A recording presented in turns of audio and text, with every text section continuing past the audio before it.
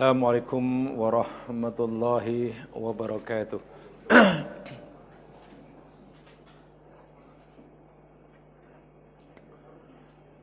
Innal hamdalillahi nahmaduhu nasta'inuhu wa natubu ilaihi wa nastaghfiruh. Wa na'udzu billahi min syururi anfusina wa min sayyiati a'malina. May yahdihillahu fala mudilla lahu wa may yudlil fala hadiyalah. Asyhadu an la ilaha illallah wahdahu la syarikalah wa asyhadu anna Muhammadan abduhu wa rasuluh. Allahumma salli ala Muhammad wa ala ali Muhammad. Kama sallaita ala Ibrahim wa ala ali Ibrahim. Wa barik ala Muhammad wa ala ali Muhammad. Kama barakta ala Ibrahim wa ala ali Ibrahim fil alamin. Innaka Hamidum Majid. Rabbi israh li sadri wa yassir li amri wahlul 'uqdatam min lisani yafqahu qawli. Amma ba'd. Didoakan mudah-mudahan sentiasa dirahmati dan diberkati oleh Allah Subhanahu wa taala. Allahumma amin.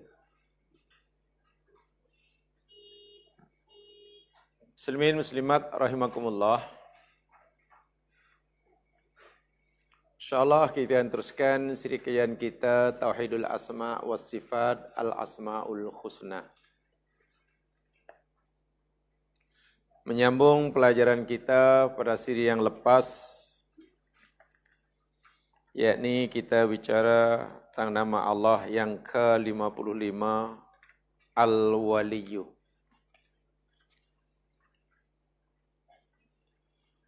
Pada kesempatan yang lalu, kita telah pelajari sama makna kalimah al-wali, walayali,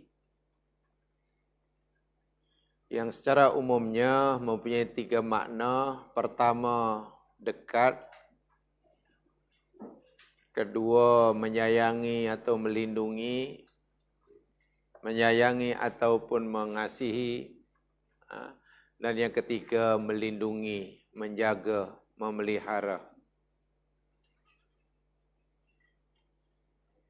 Jadi walayah maknanya pelindungan, walayah maknanya kecintaan, walayah maksud kedekatan. Jadi segi bahasa, Allah Al-Wali mana Allah yang dekat, Allah yang melindungi, Allah yang menyayangi.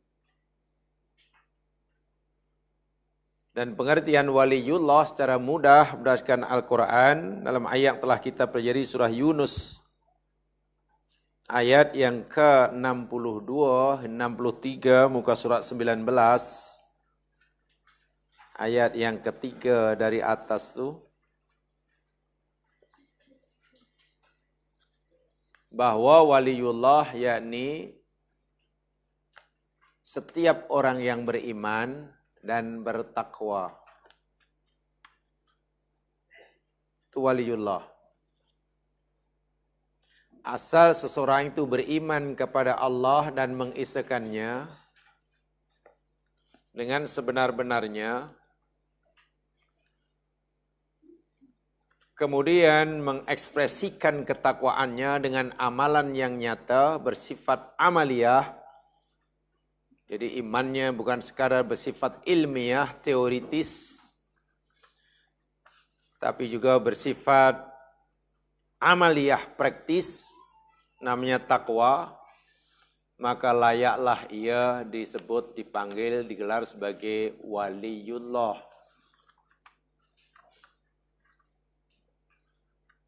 karomah, ganjaran, pahala yang Allah janjikan kepada mereka yang bergelar waliullah, orang beriman dan bertakwa.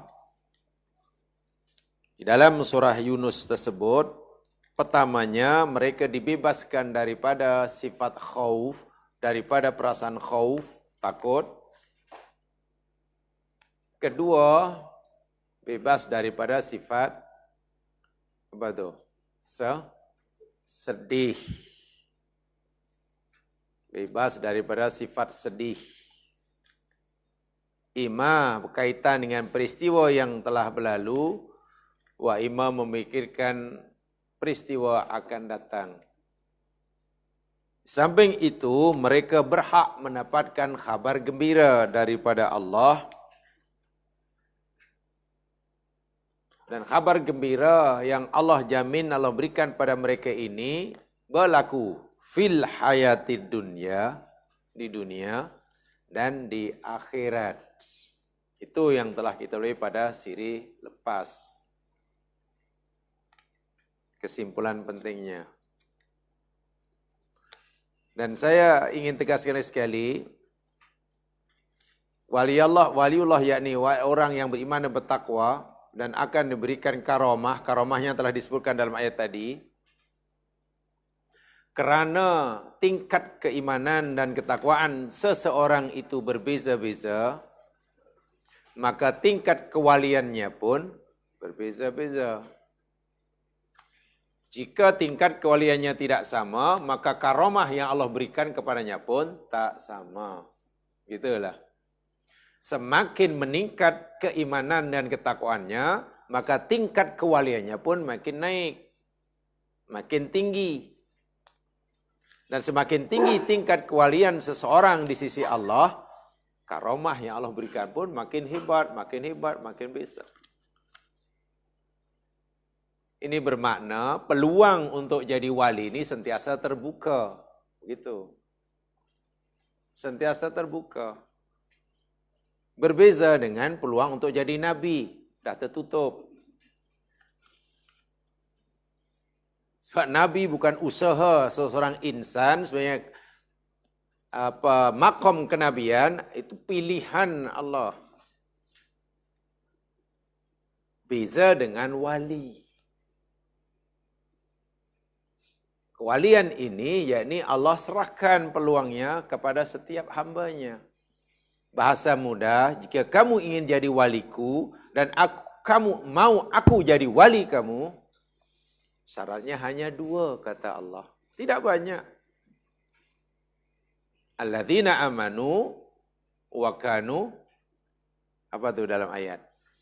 Syarat untuk jadi wali kata Allah hanya ada 2. Allah kata, jika kamu ingin jadi waliku dan kamu mau aku jadi wali kamu, syarat yang aku tetapkan kata Allah hanya ada 2. Dalam 2 itu disebutkan dalam firman-Nya, alladzina amanu wa kanu yattaqun. Jangan lupa itu. Jadi untuk jadi wali Allah rupanya tidak mengenal umur. Yang sebut untuk wali Allah umurnya mesti 7 series paling tidaknya. Tak.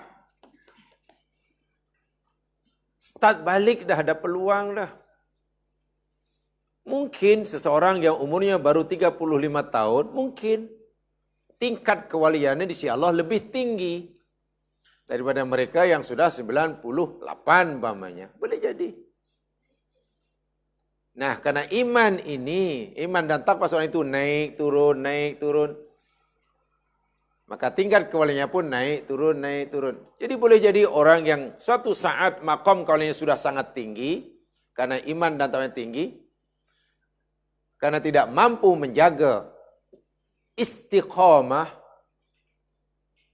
ya mungkin tergoda oleh bisikan-bisikan setan dari luar dan bujukan nafsu dari dalam dirinya, maka ketakwaan dan imannya pun menurun. Bila menurun, tingkat kewaliannya pun menurun. Bila menurun, karomah yang Allah berikan pada mulanya itu karomah yang tinggi, akhirnya menjadi, ya begitulah, naik lagi. So wali hakikatnya bukan satu kumpulan elit. Bukan, berbeza dengan Nabi. Itu dia. Baik, sekarang hari ini saya ingin sampaikan yang berkaitan dengan nama Allah Wali. Wali itu sebenarnya nama Allah. Ya. Perbuatannya maksudnya namanya walayah. Walayah itu itulah perlindungan. Walayah itu apa? Kedekatan. Walayah itu apa? Pemeliharaan. Walayah itu apa? Kecintaan. Daripada wali itulah. Secara umum, walayah ini ada dua. Terbagi jadi dua. Yang pertama, yakni walayatullahu lil abdi. Walayatullahi lil abdi. Perlindungan Allah kepada hambanya. Kedekatan Allah kepada hambanya. Kasih sayang Allah bagi hambanya. Itu namanya walayatullah lil abdi. Yang kedua, walayatul abdi atau walayatul minal abdi lillah. Jadi walayah hamba kepada Tuhannya. Walayah hamba kepada Tuhan maknanya kedekatan hamba kepada Allah, kasih sayang hamba kepada Allah, dan perlindungan pemeliharaan hamba terhadap agama Allah. So ada dua walayah itu.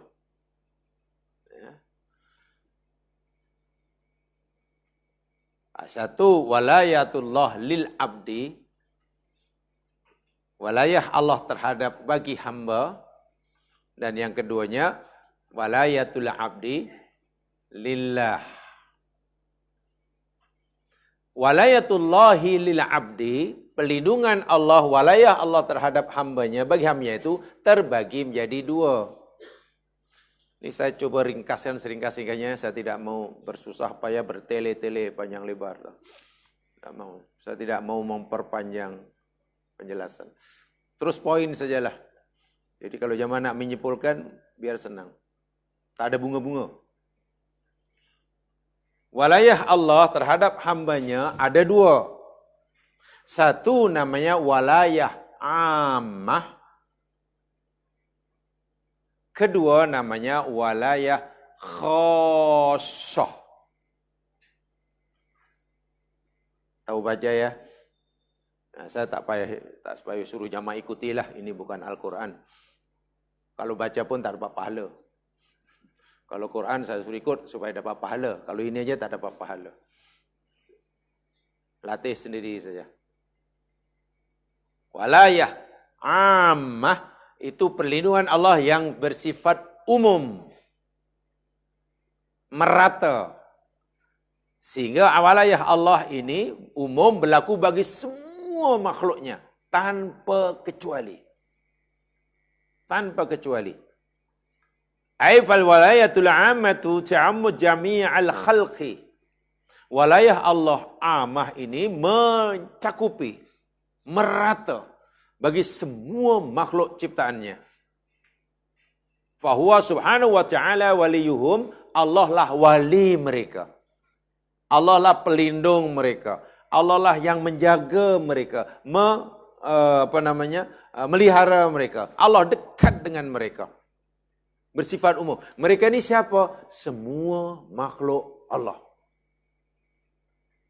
Tanpa kecuali. Daripada malaikat, jin, manusia, semut, alam semesta, hatta yang kafir sekalipun. Ini walayah Allah. Apa bentuk walayah Allah kepada hambanya yang amah ini? Ay Allahu khalaqahum, thumma razaqahum. Allah cipta mereka. Setelah cipta mereka, Allah bagi rezeki mereka. Tidak dibiarkan. Itu namanya walayah. Ada agaknya makhluk Allah yang Allah cipta. Selepas dicipta dan hidup, kemudian dibiarkan hidup. Pandai-pandai lengkau hidupnya. Tak ada ya mas sekalian. Itu ada dalam surah Al-A'la yang kita sudah hafal itu. Macam mana?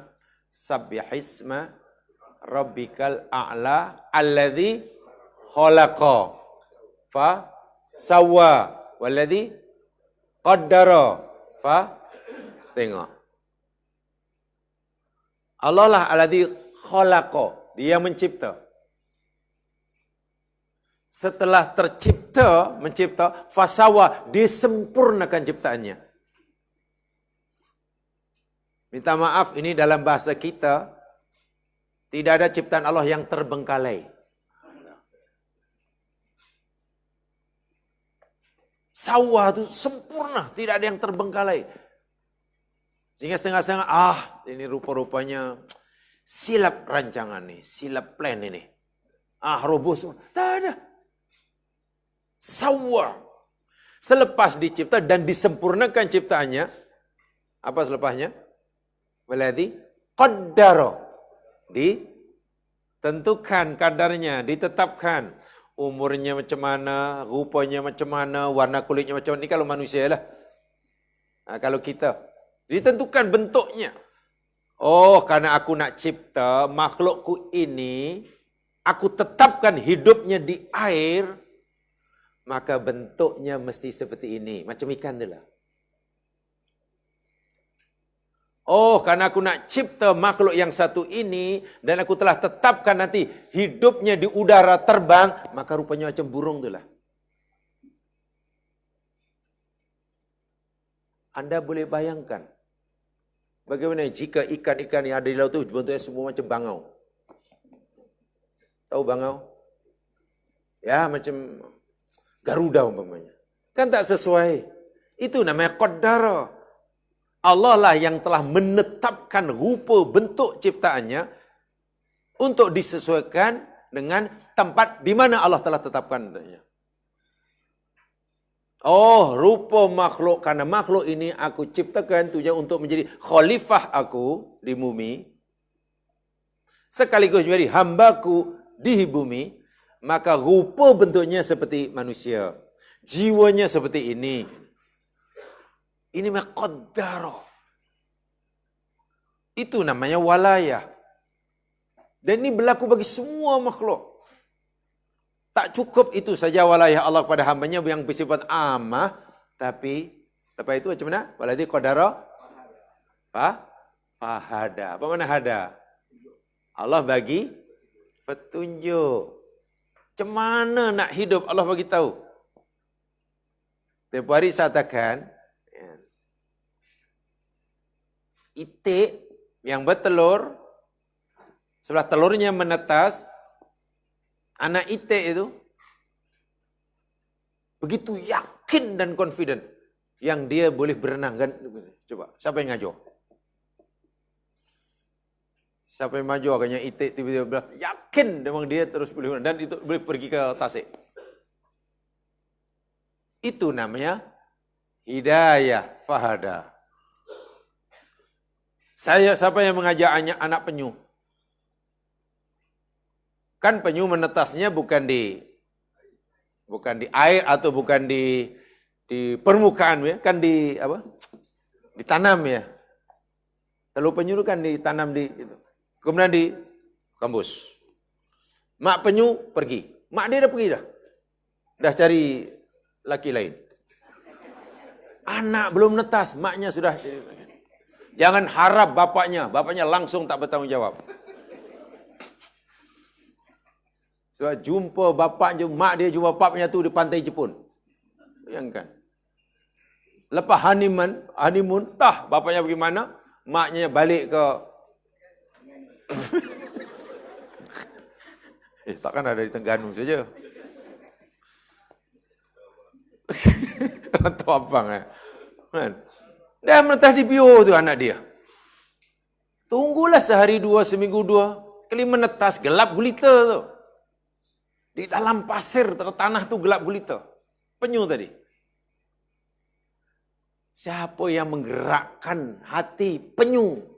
Anak penyu tadi, korek-koreknya ke atas.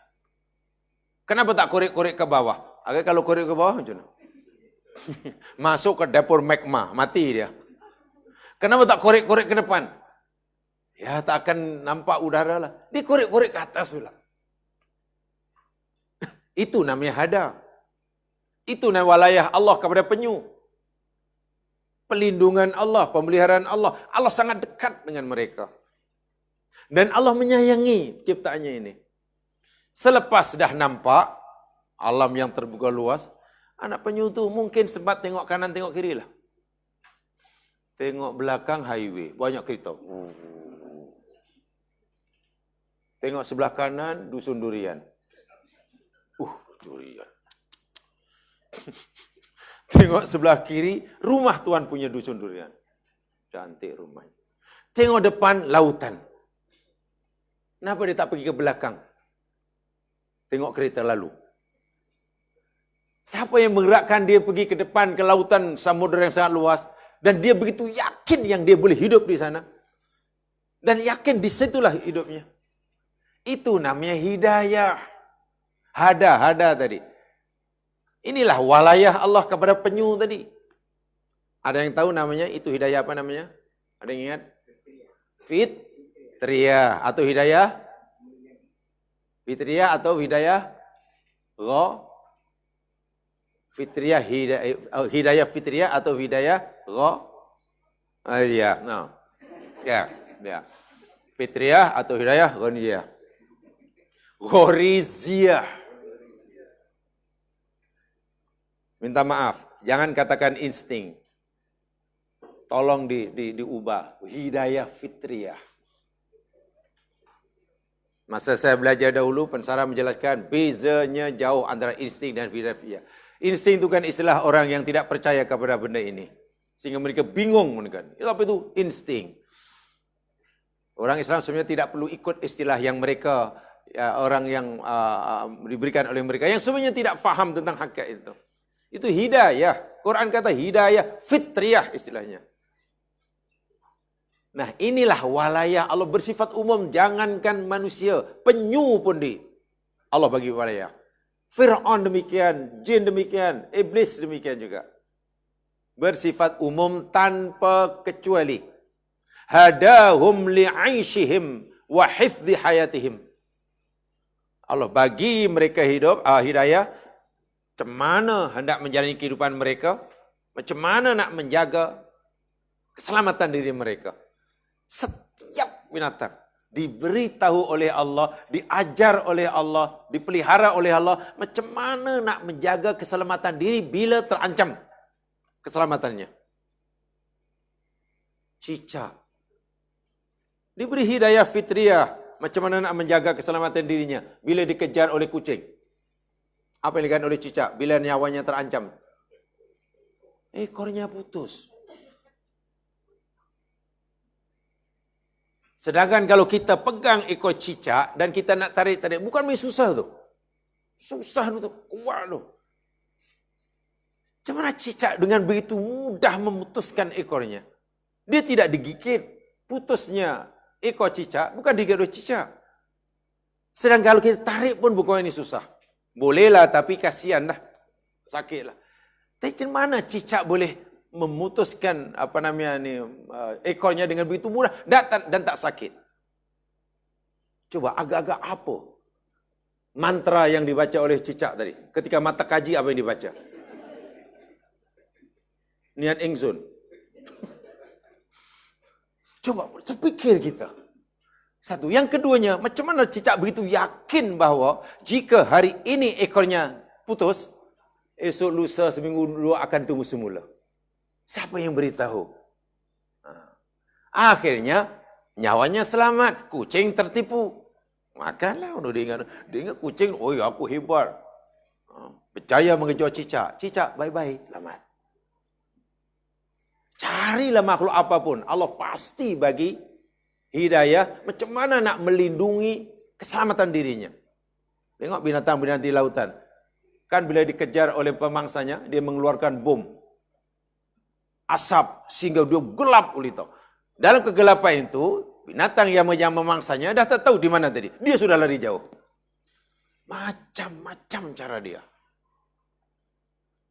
Dan mereka tidak tahu macam mana tahu. Kalau kita tanya cicak, cicak, macam mana awak begitu tahu? Bila belajar berapa lama? Apa yang awak baca sehingga ekor awak begitu? Coba tanya cicak. Kan jawabannya saya yakin. Kalau cicak boleh jawab, pasti dia akan jawab.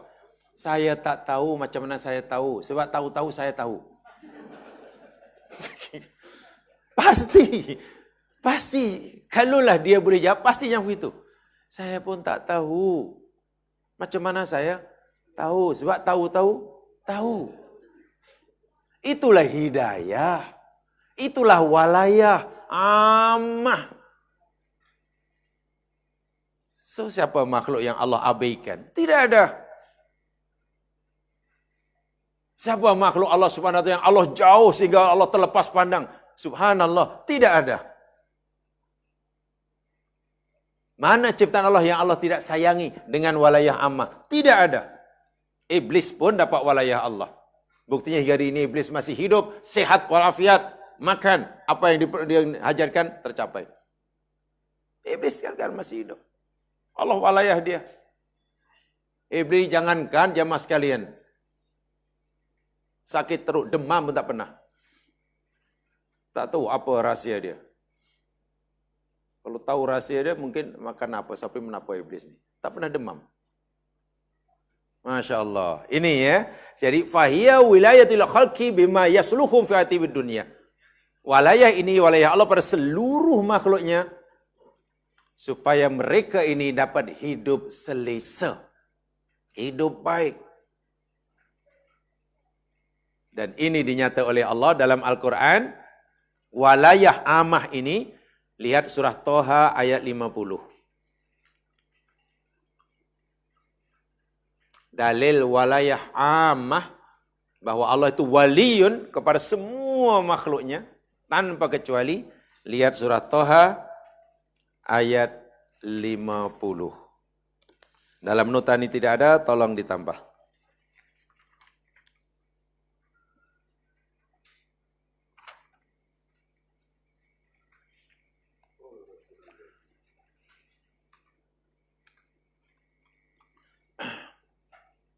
Macam mana ayatnya? Ayat 50. Surah Toha jumpa?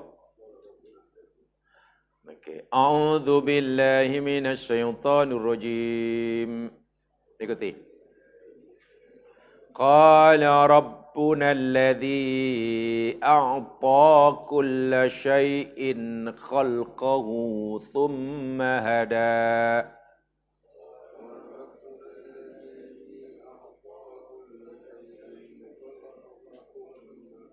Qala berkata Musa, Rabbuna Tuhan kami, alladzi Tuhan zat yang a'ta, dia telah memberikan, kulla syai'in akan tiap-tiap sesuatu, khalqahu penciptaannya. Selepas Allah ciptakan apa yang dia kendaki, Allah tidak biarkan begitu saja. Sebaliknya, thumma hada. Kemudian Allah beri dia petunjuk. Petunjuk apa tadi? Ya, petunjuk apa namanya ni? Ya, petunjuk itu hidayah lah. Fitriyah atau lupa lagi. Ghoriziyah. Ghoriziyah. Ghoriziyah.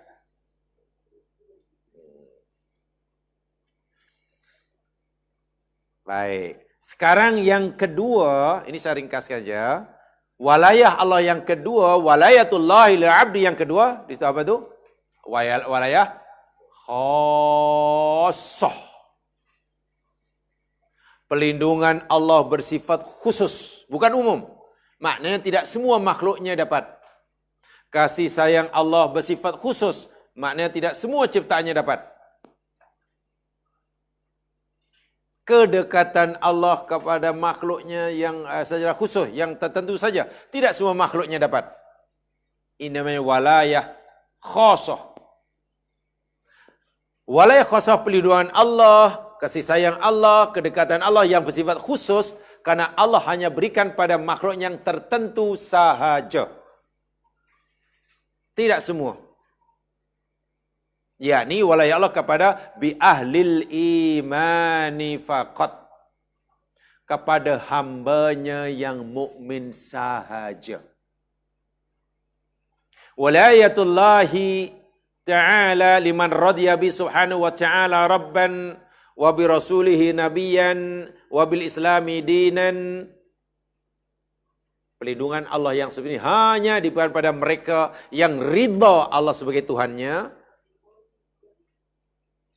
yang ridha Rasulullah SAW sebagai Nabi dan utusannya, yang ridha Islam sebagai agamanya, aqarra bi uluhiyatillahi ta'ala, yang mengakui dan tidak meyakini keesaan Tuhannya, wa syarafa bi ubudiyatihi, dan ridha menjadi hambanya, mengikuti utusannya, melazimi agamanya. Ya, ringkas kata, ya ini orang yang soleh lah, orang mukmin dan bertakwa tadilah. Ringkas kata, walayah Allah yang khusus ini hanya diberikan pada orang mukmin dan muttaqin. Orang kafir tak dapat, lembu tak dapat, Fir'aun tak dapat, pokok tak dapat, penyu pun tak dapat. Ini bermakna walayah yang kedua ini nilai dia lebih. Dari si quality lebih, kerana yang dapat daripada makhluk Allah yang dapat hanya tertentu. Ada syarat. Untuk mendapatkan walayah Allah yang kedua ini ada syarat. Sementara untuk mendapatkan walayah Allah yang pertama tadi yang ammah tanpa syarat. Allah bagi percuma. Bagi percuma. Dalilnya lihat firman Allah. Jadi kalau dari dalam nota ini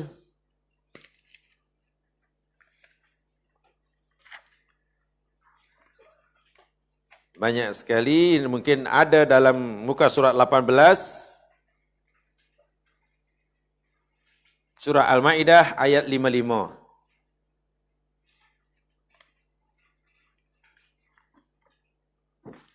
Al-Maidah 55, muka surat 18.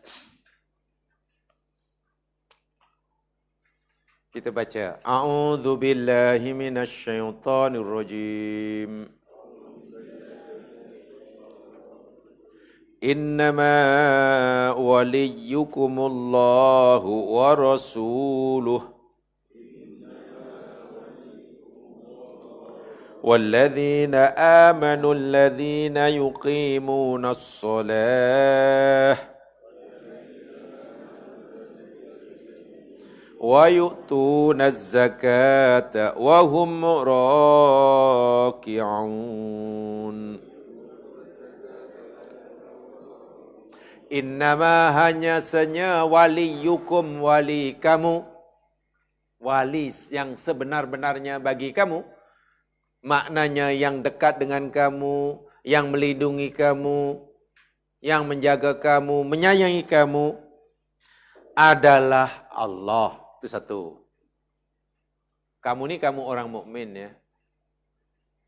Kamu orang mukmin. Yang menyayangi kamu, yang melindungi kamu, yang memelihara kamu, yang dekat dengan kamu, wahai orang mukmin, adalah Allah. Itu wali kamu. Kedua, warasuluhu, dan rasulnya. InsyaAllah. Ketiga, walladzina amanu, dan orang-orang yang, kalau begitu orang beriman dengan orang beriman yang lain mesti saling melindungi, saling menyayangi, saling mendekati. Karena Allah kata orang mukmin ni wali dia orang mukmin. Orang mukmin jadi wali pada mukmin lain. Orang mukmin yang mana yang menjadi wali bagi orang mukmin? Alladzina yuqimunas shalah, orang mukmin yang mendirikan salat, wa yu'tunaz zakah, orang mukmin yang bayar zakat, wa hum raki'un, dan mereka ruku'. Kalau begitu, pelindung kita ini cukup kuat. Bila kita ingin mengamalkan syariat Allah, jangan khawatir. Sebab pelindung kita kuat. Sangat-sangat kuat.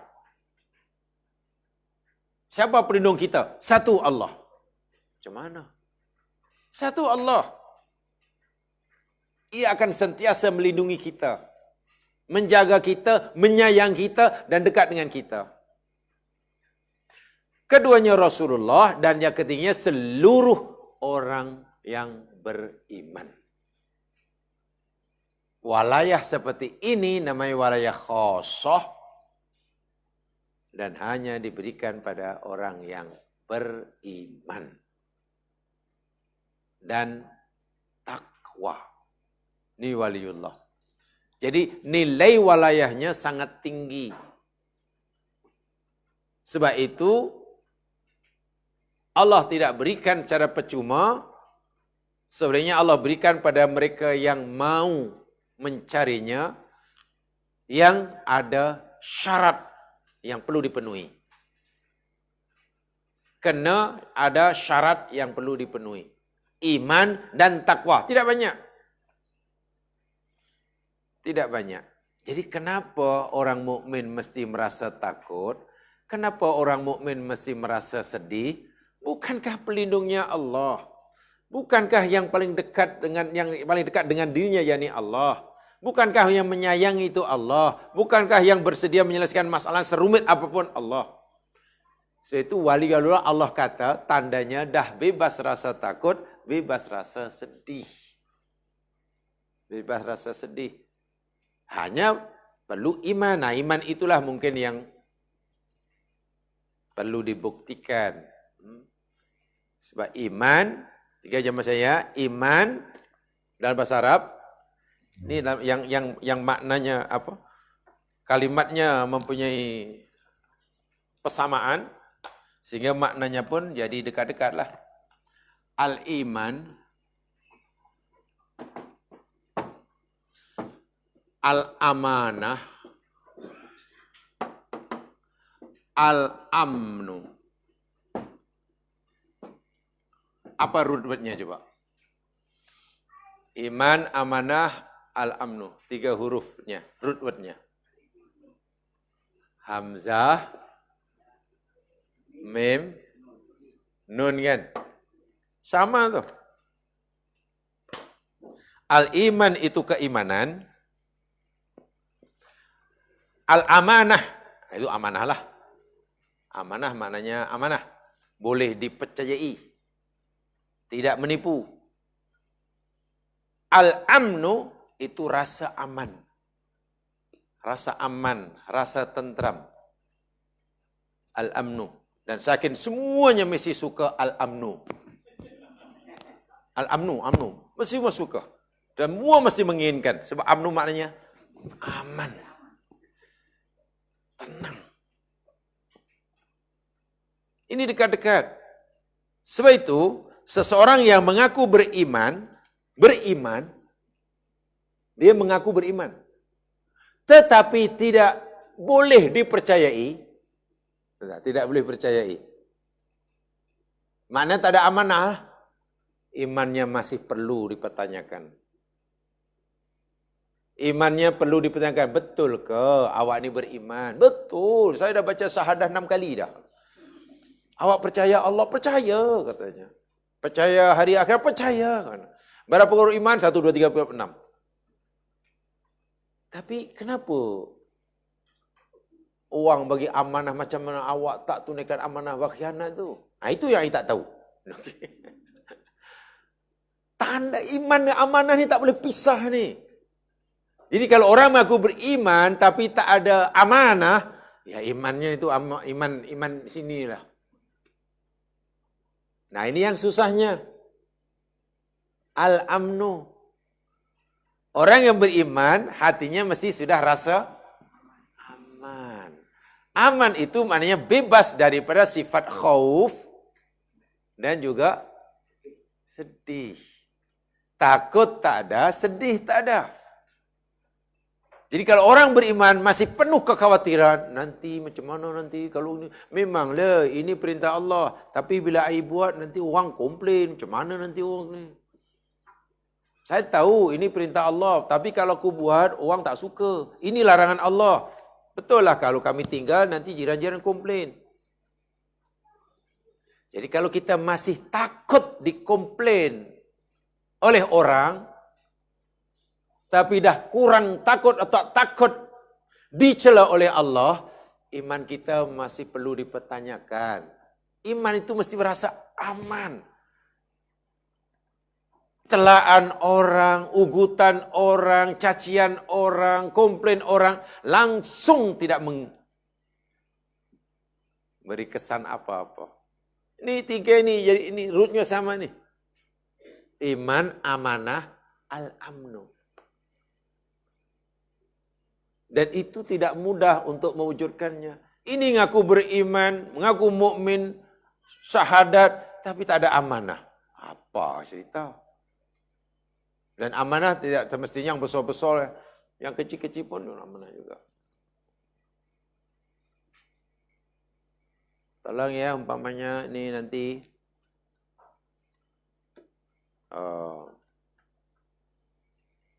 kirim barang ini, bagi tahu bagian sama jiran awak. Apa ni?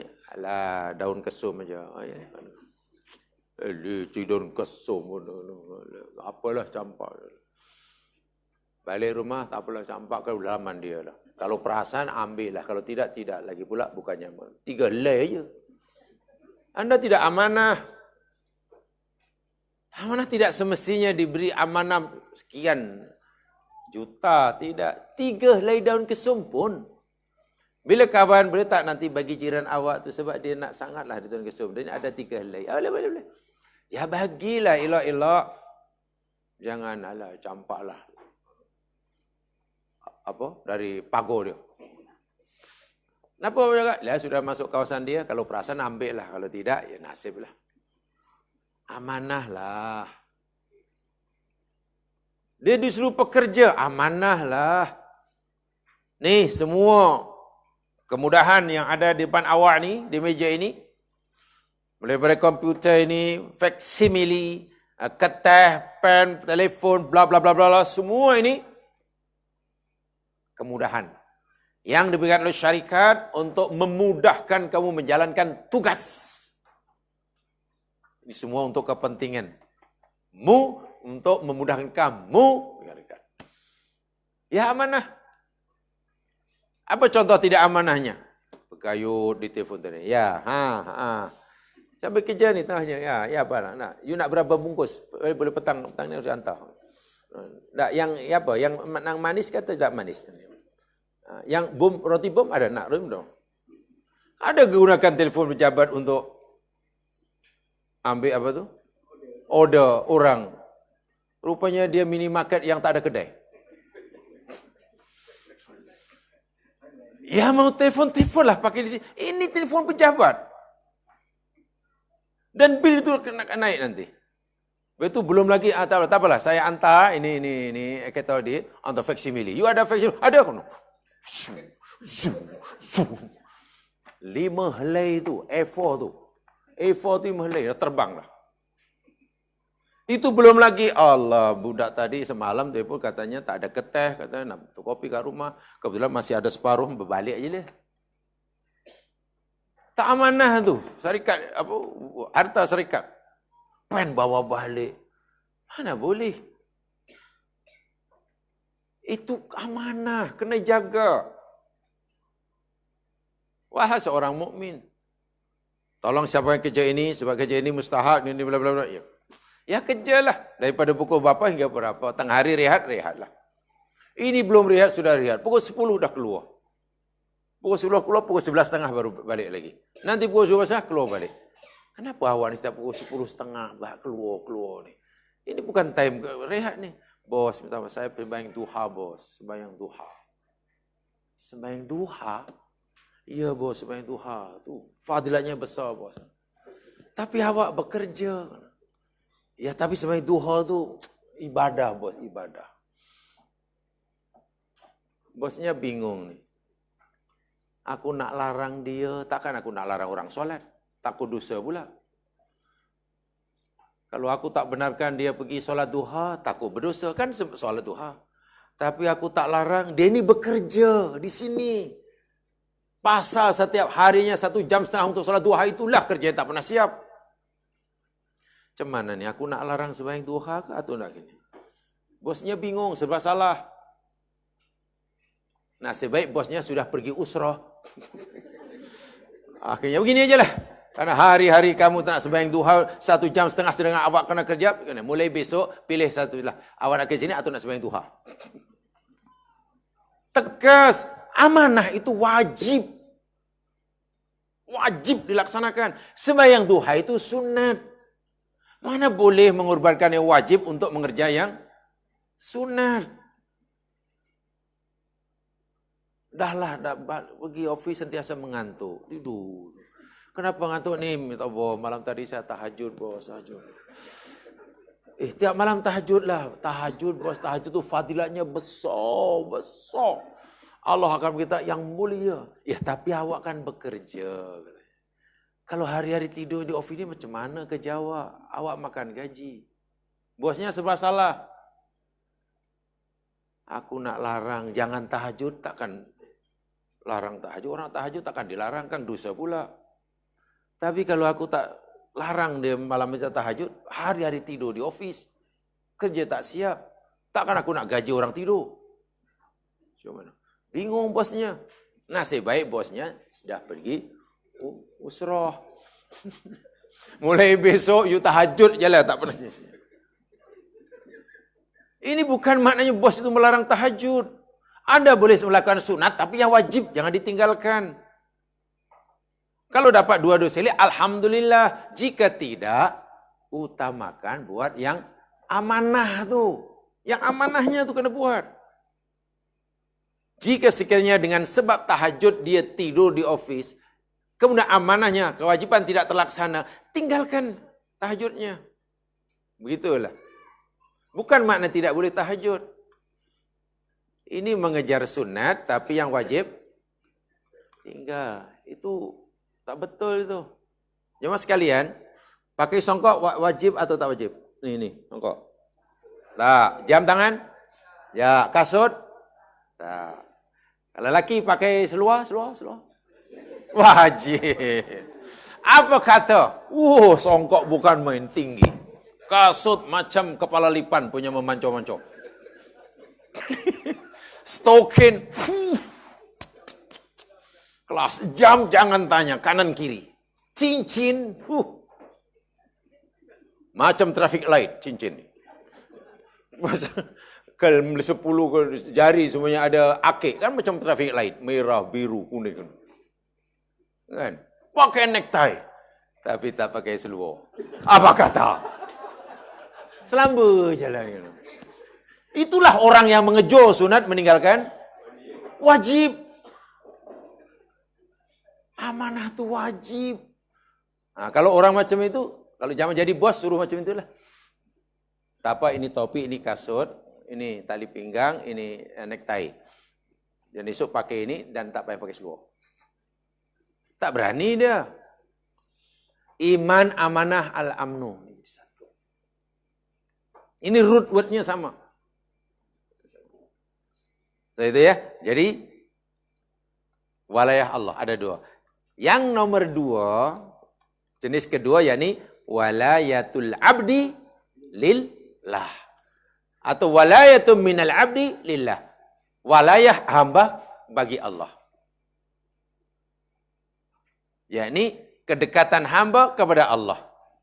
Kecintaan hamba kepada Allah. Penjagaan, pemeliharaan, pembelaan hamba terhadap agama Allah. Itu namanya walayah hamba pada Allah. Naik dari kita kepada Allah. Yang tadi daripada Allah kepada kita. Kepada kita. Dan ini dinyatakan oleh Allah Subhanahu wa taala. Kita boleh lihat dalam Al-Quran, jemaah sekalian.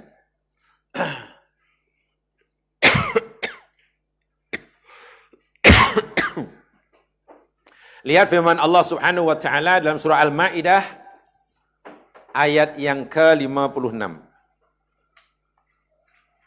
Selepas ayat tadi. Tadi ayat 55, sekarang ayat 56.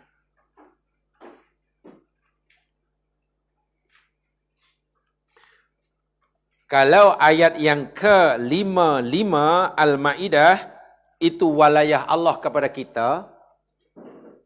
Sekarang yang ke-56 itu walayah kita hamba kepada Allah. Jadi kita tidak bertepuk sebelah tangan lah.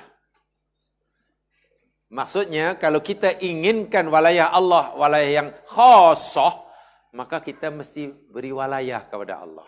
Taat, setia, cinta, patuh, membela, begitu. Baik, kita baca ayat 56. A'udzu billahi minasyaitonir rajim. Wa may yatawallallaha wa rasulahu walladzina amanu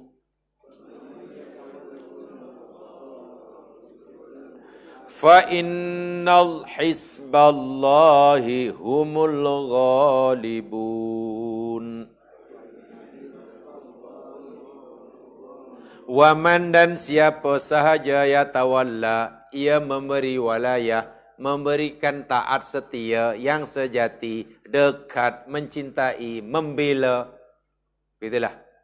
Menumpahkan walayah kepada Allah, satu. Kedua, kepada Rasulnya. Ketiga, kepada orang beriman. Masya Allah. Fa inna hizballahi humul ghalibun. Sesungguhnya golongan Allah itu, ini golongan Allah lah ni. Ini namanya Hizbullah tu. Ingat ya, Hizbullah bukan nama parti ya. Walaupun sekarang ada kumpulan namanya Hizbullah. Tu yang ada di mana tu? Lubnan dia. Yang disokong oleh Iran tu. Kan namanya Hizbullah. Hizbullah. Hizbullah tu ya golongan Allah lah. Tapi ini tidak apa ya, Hizbullah dalam ini tidak bukan istilah politik ya. Hizbullah itu maknanya orang-orang yang melindungi Allah, menyatakan taat setia hanya pada Allah, menyatakan taat setia mencintai Rasulnya, menyatakan taat setia sesama orang yang beriman, membela mereka, melindungi mereka. Itulah Hizbullah. Jadi kalau Hizbullah tapi menyerang sama Muslim, ya itu bukan Hizbullah lah. Faulaika humul ghalibun. Hizbullah itu orang yang menang. Jadi begini, walayah ada dua, amah dan khassah. Amah Allah berikan pada seluruh makhluknya tanpa diminta.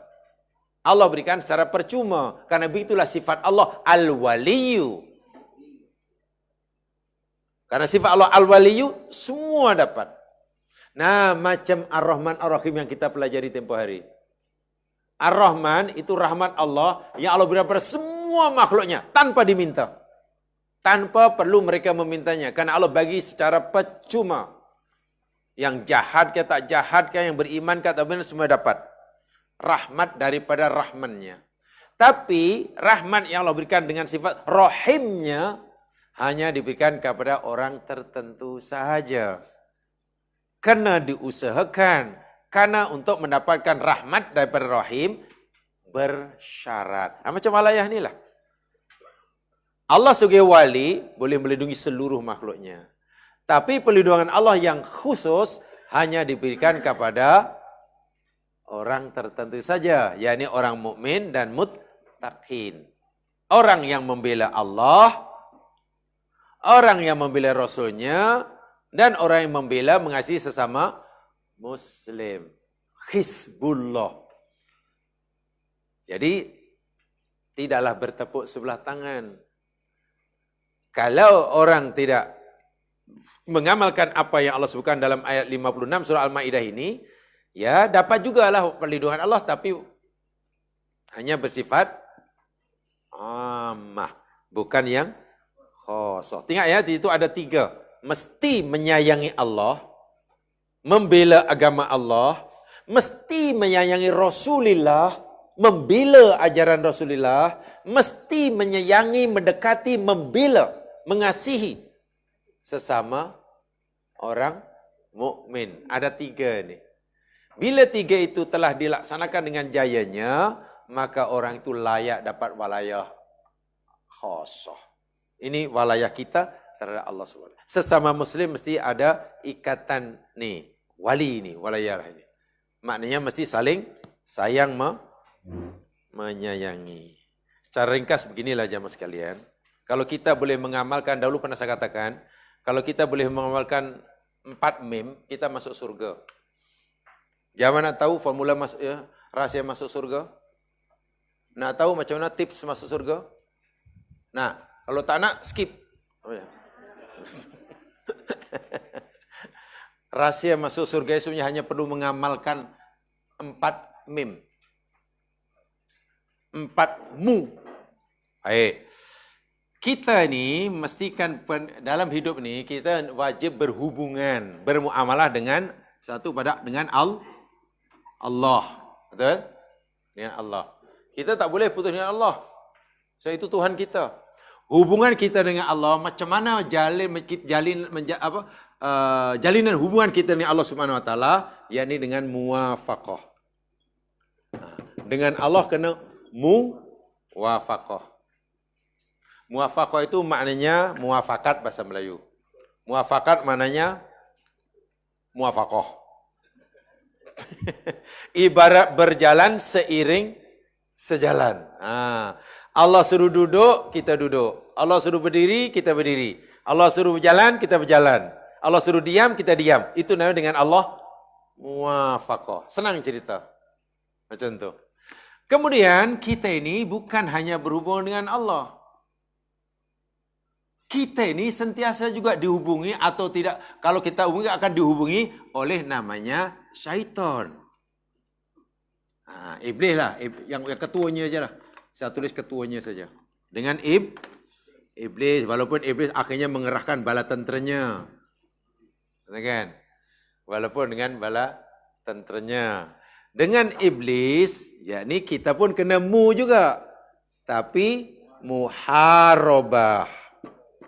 Juga. Muharabah itu perang. Karena iblis telah mengisytiharkan musuh bagi kita, maka kita pun mesti isytihar musuh kepada iblis. Jangan iblis dah isytihar musuh bagi kita, memerangi kita, lalu kita pula berkawan. Macam mana? Musuh hendaklah diperlakukan sebagai musuh. Sebab itu dengan iblis mesti perang. Lawan. Kita melakukan perbuatan yang menyebabkan iblis marah, itu dapat pahala. Saya ulangi. Kita melakukan satu amalan yang dengan amalan itu iblis menjadi marah kepada kita, kita dapat pahala. Sebaliknya, kalau kita melakukan satu amalan yang dengan amalan itu iblis menjadi suka dengan kita, kita berdosa. Jadi, menggembirakan iblis itu hukumnya berdosa, menjadikan iblis bengkak itu dapat pahala. Senang aja nak cari pahala, jadikan iblis bengkak kita. Jangan diampu. Ini mengampu iblis. Yang ketiga, kita ini mesti sentiasa bergaul dengan hawa nafsu kita yang ada dalam diri kita. Tidak mungkin kita terlepas dengan ini. Hawa nafsu. Macam mana cara kita bergaul dengan hawa nafsu? Nafsu ada permintaan atau tidak agaknya? Nafsu. Ada. Iblis ada permintaan? Nafsu ada. Kalau kita bergaul dengan hawa nafsu, karena hawa nafsu banyak permintaannya, kita mesti khalafah. Mu juga. Ni semua mu. Mu khalafah itu berselisih. Selisih macam tu. Nafsu suruh keluar, kita masuk. Nafsu suruh beli, kita tak nak beli. Nafsu kata jangan beri, kita beri. Jangan mesti itu. Kadang-kadang, kalau ikutkan nafsu, nak beli semua ini. Kalau ikut hati nak beli semua tu. Dia tanya, awak beli ni perlu ke? Tak perlu. Kenapa nak beli ke? Murah. Kalau anda beli barang bukan sebab keperluan, tapi anda beli barang karena murah, itu dah ikut hawa nafsu. Jadi hawa nafsu kena khalafah. Nafsu suruh beli, kita tak nak. Nafsu kata jangan beli, kita nak. Yang keempat, inilah kita bergaul dengan orang mukmin muslim. Pastilah hubungan kita. Dengan mukmin muslim kita munasahah. Ini formula masuk surga. Tidak mudah, tidak susah. Tidak susah cara masuk surga. Munasahah itu dari perkataan nasoha. Apa makna nasoha? Ada taubatan nasuha, ada nasihat. Apa nasihat? tulus ikhlas. Taubatan nasuha mana taubatan yang tulus ikhlas, bersih. Taubatan nasuha bersih. Jadi sesama muslim kita tidak menyimpan perasaan yang tidak baik.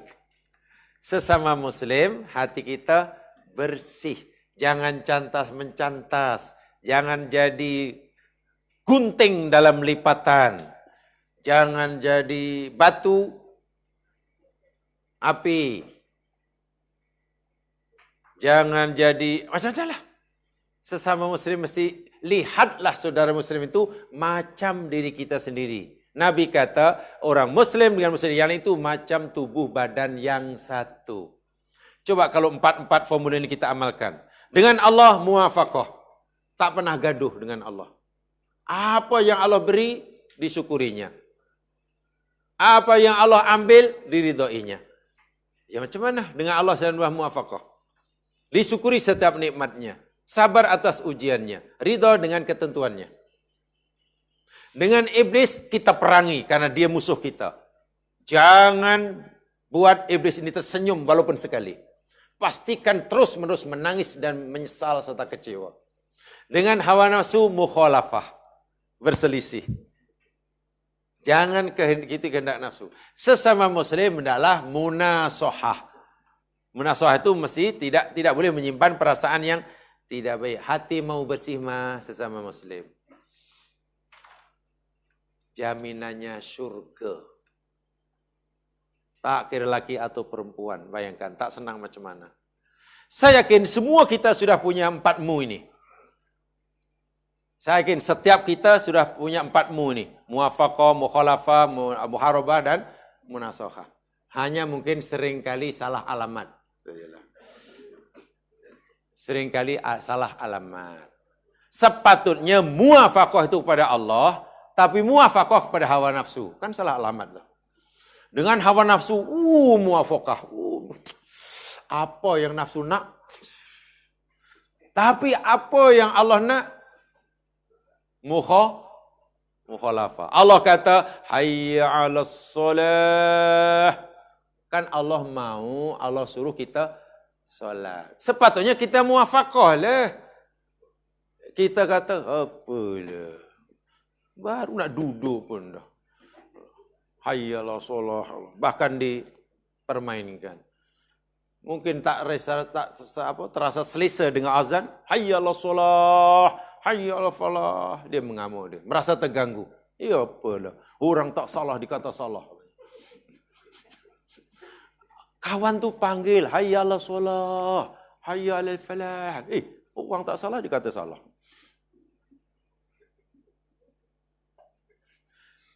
Dengan sesama muslim. Munasohah. Menjalin hubungan. Mesra.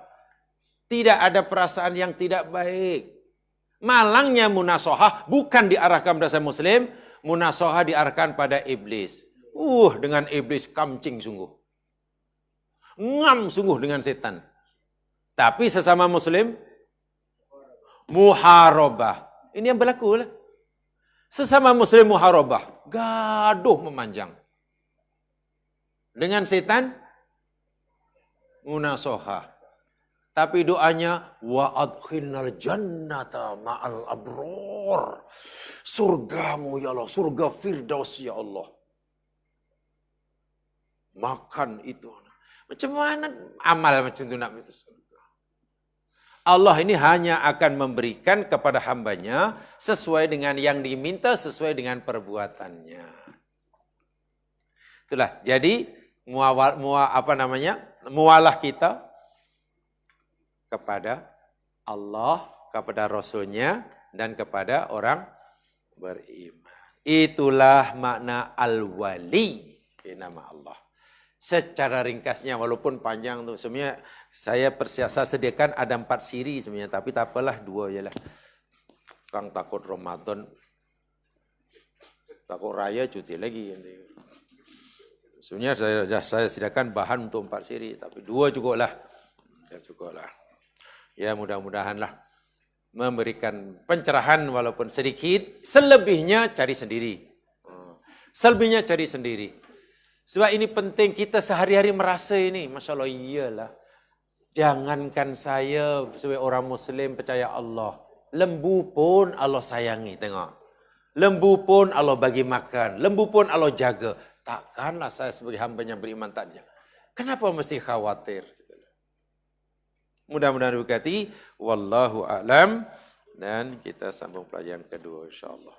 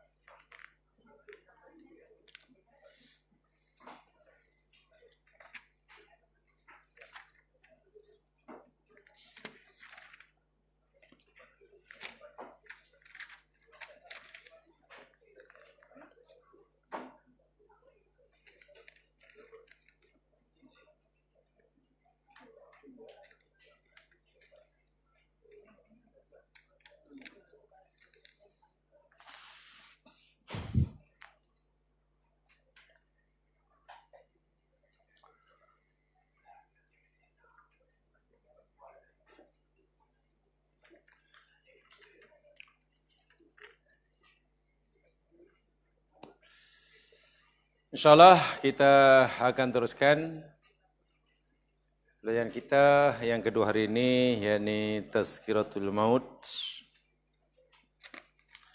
Dan kita akan pelajari, kita masih belajar tentang ayat-ayat Al-Quran yang berkaitan dengan bahawa Islam sebagai pedoman hidup. A telah kita pelajari, bagian B, seruan Islam, muka surah 51. 1, 2, 3 telah kita pelajari, jadi hari ini kita akan pelajari ayat yang keempat. Muka surat 51, ayat yang keempat. Ayat-ayat ini, sebenarnya sekalian, secara tak langsung, ayat ini memberi kita panduan. Bagaimana cara menambahkan bekalan semasa hidup ini bagi menghadapi kematian untuk kita bawa kelak jumpa Allah Subhanahu wa taala. Itu sebetulnya. Jadi saya jelaskan, mungkin ada yang tanya, apa kaitan ayat-ayat ini dengan Tazkiratul Maut?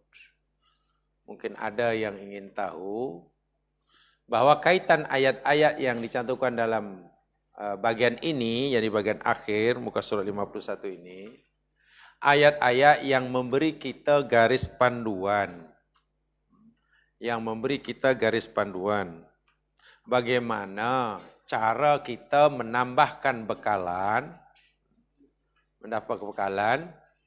untuk kita bawa jumpa Allah Subhanahu wa taala. Jumpa Allah Subhanahu wa taala. Ini yang perlu saya jelaskan. Jadi banyak cara yang Allah tunjukkan kepada kita untuk kita menambahkan bekalan jumpa Allah kelak bila kita dipanggil. Contoh umpamanya ayat-ayat yang telah kita pelajari, yakni memurnikan akidah kita.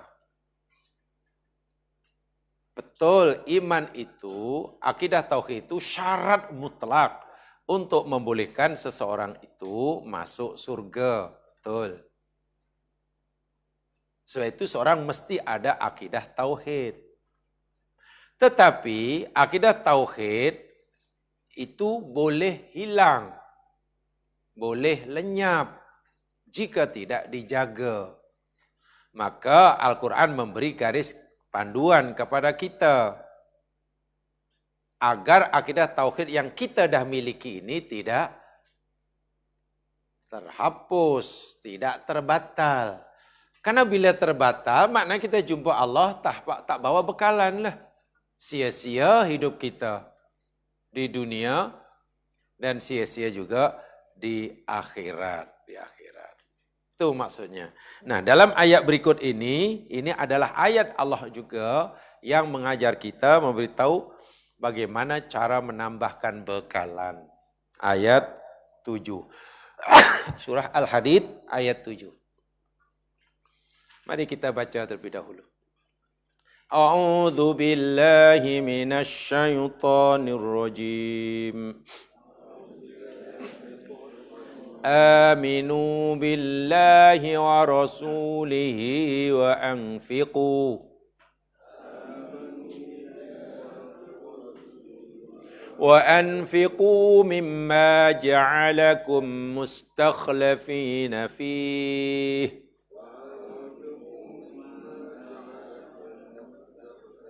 فالذين آمنوا منكم وأنفقوا لهم أجر كبير. Aminu, berimanlah kamu billahi dengan Allah wa rasulihi dan rasulnya. Satu, iman. Wa anfiqu mimma ja'alakum mustakhlafina fih. Dan infaklah oleh kamu sebagian dari apa yang Allah jadikan kamu sebagai wakil padanya. Kuasa untuk mentadbir, kuasa untuk menjaga, yakni harta benda lah. Apa yang Allah jadikan kita sebagai wakil untuk menjaganya, harta benda lah, dunia dan isinya.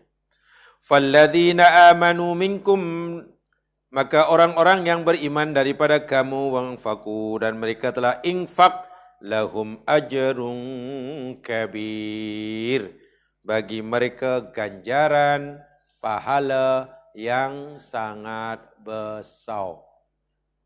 Baik, dalam ayat ini Allah memberi lagi satu kepada kita, yakni dua amalan dalam ayat inilah yang perlu kita usahakan selama kita masih diberi kehidupan di dunia ini sebelum kita jumpa Allah.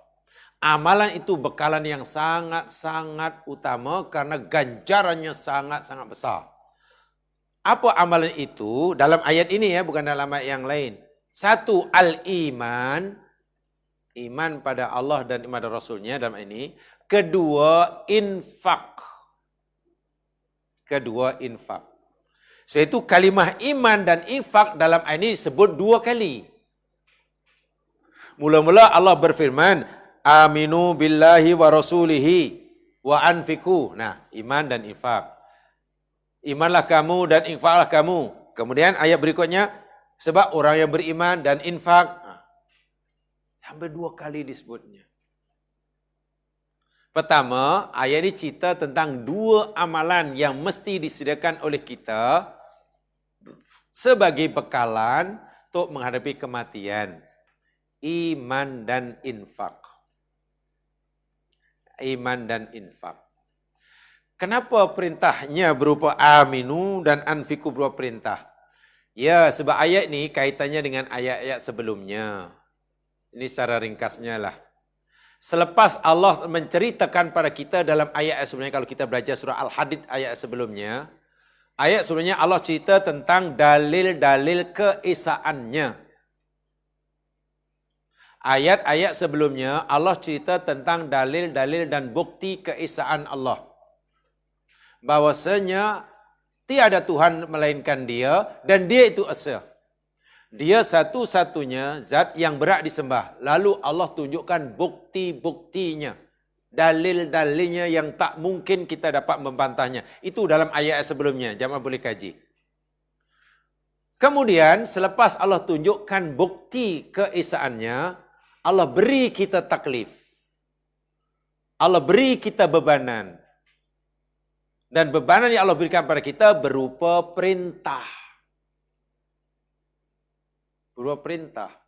Dan sebesar-besar perintah Allah kepada kita ialah iman. Perintah iman. Ingat. Sebesar Allah ini punya banyak perintah kepada kita. Kita disuruh itu, suruh ini, macam-macam perintah. Tadi pada sekian banyak perintah Allah kepada hambanya yang terbesar sekali yakni iman atau mengesakannya lebih tepatnya. Sebab kalau iman saya akan kewujudannya belum sempurna. Sebesar-besar perintah Allah kepada hambanya yakni mengesakannya. Sebaliknya, sebesar-besar larangan Allah kepada hambanya yakni menyekutukannya. Betul? Menyekutukannya. Iman adalah merupakan tali yang kuat. Iman merupakan tali yang sangat kuat untuk mengikat hubungan antara hamba dengan Allah. Paling kuat.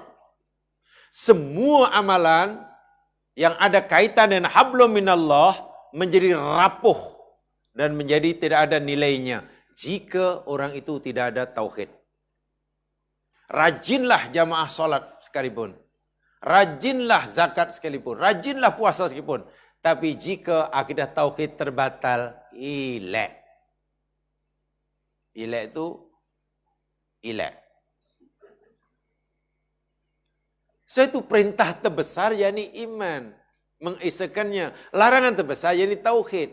Kenapa? Tadi saya katakan. Sekuat-kuat tali atau tali yang paling kuat. Tali yang paling kuat yang boleh mengikat kita dengan Allah, hablum minallah, itu mengesakan Allah. Mengesakan Allah. Paham ya? Kemudian, kan dalam agama kita ini, bukan Islam bukan hanya mengajar kita menjalin hubungan hablum minallah, tapi juga ada hablum minannas. Ada hablum minallah, ada hablum minannas. Kalau mengisahkan Allah itu yakni tali yang paling kuat untuk yang mengikat hubungan kita dengan Allah, maka tali yang paling kuat untuk mengikat hubungan sesama manusia infak. Dermawan. Masya Allah. Tali yang paling kuat supaya hubungan kita sesama kita ini tidak putus, yakni infak. Menjadi orang dermawan. So itulah dalam ini disebut iman dan infak. Agar hubungan kita dengan Allah tidak terputus, diikat dengan tauhid. Agar hubungan kita sama manusia tidak terputus, diikat dengan infak. Agaknya jamaah sekalian, kalau orang solat rajin, mungkinkah hubungan sesama manusia boleh putus? Kalau hanya memperbanyak, rajin solat. Ya, kalau sana tidak nampak, belum nampak kalau solat saja. Infak ni jamaah sekalian, Masya Allah. Tengok orang susah, belum minta tolong, kita dah tolong dia. Tengok orang memerlukan, belum minta bantuan, kita sudah bantu dia. Tengok dia sakit, belum, kita cepat rawat dia. Coba bayangkan. Itu namanya infak. Namanya infak. Infak itu boleh mengikat ikatan haluan paling kuat. Sehingga tidak mungkin putus. Coba Anda orang yang rajin puasa, sunat. Rajin sholat, termasuk sholat sunat. Rajin qiyamul lail, yang semuanya sunat. Rajin baca Al-Quran, yang semuanya sunat. Rajin menghadiri usrah, yang juga sunat. Tapi coba Anda gaduh dengan semua orang.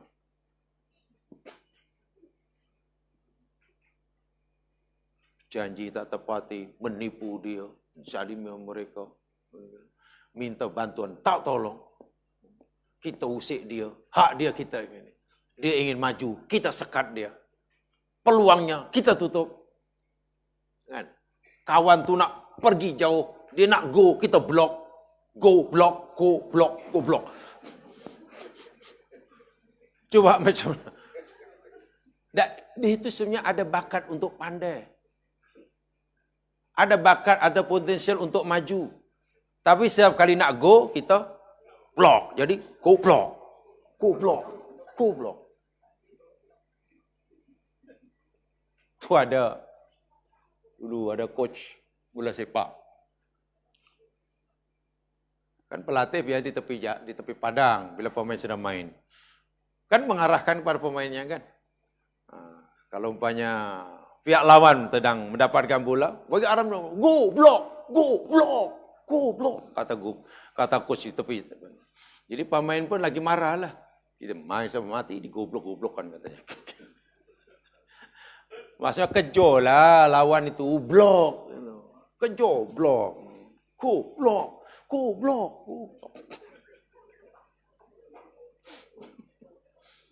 Coba, apa nilai solat kita, puasa kita, jika dengan kawan macam tadi? Orang pun, ya. Kalau kita susah pun, kalau kita sakit, pasti doa orang lain, jangan agaknya. Orang yang seperti ini pergaulannya buruk, hablum minan nasnya, walaupun hablum minallahnya cantik, agak-agak kalau orang ini sedang sakit, apa doa kawan-kawannya? Ya mungkin padanmu ke. Bila dengar aja kematiannya. Alhamdulillahirabbil alamin.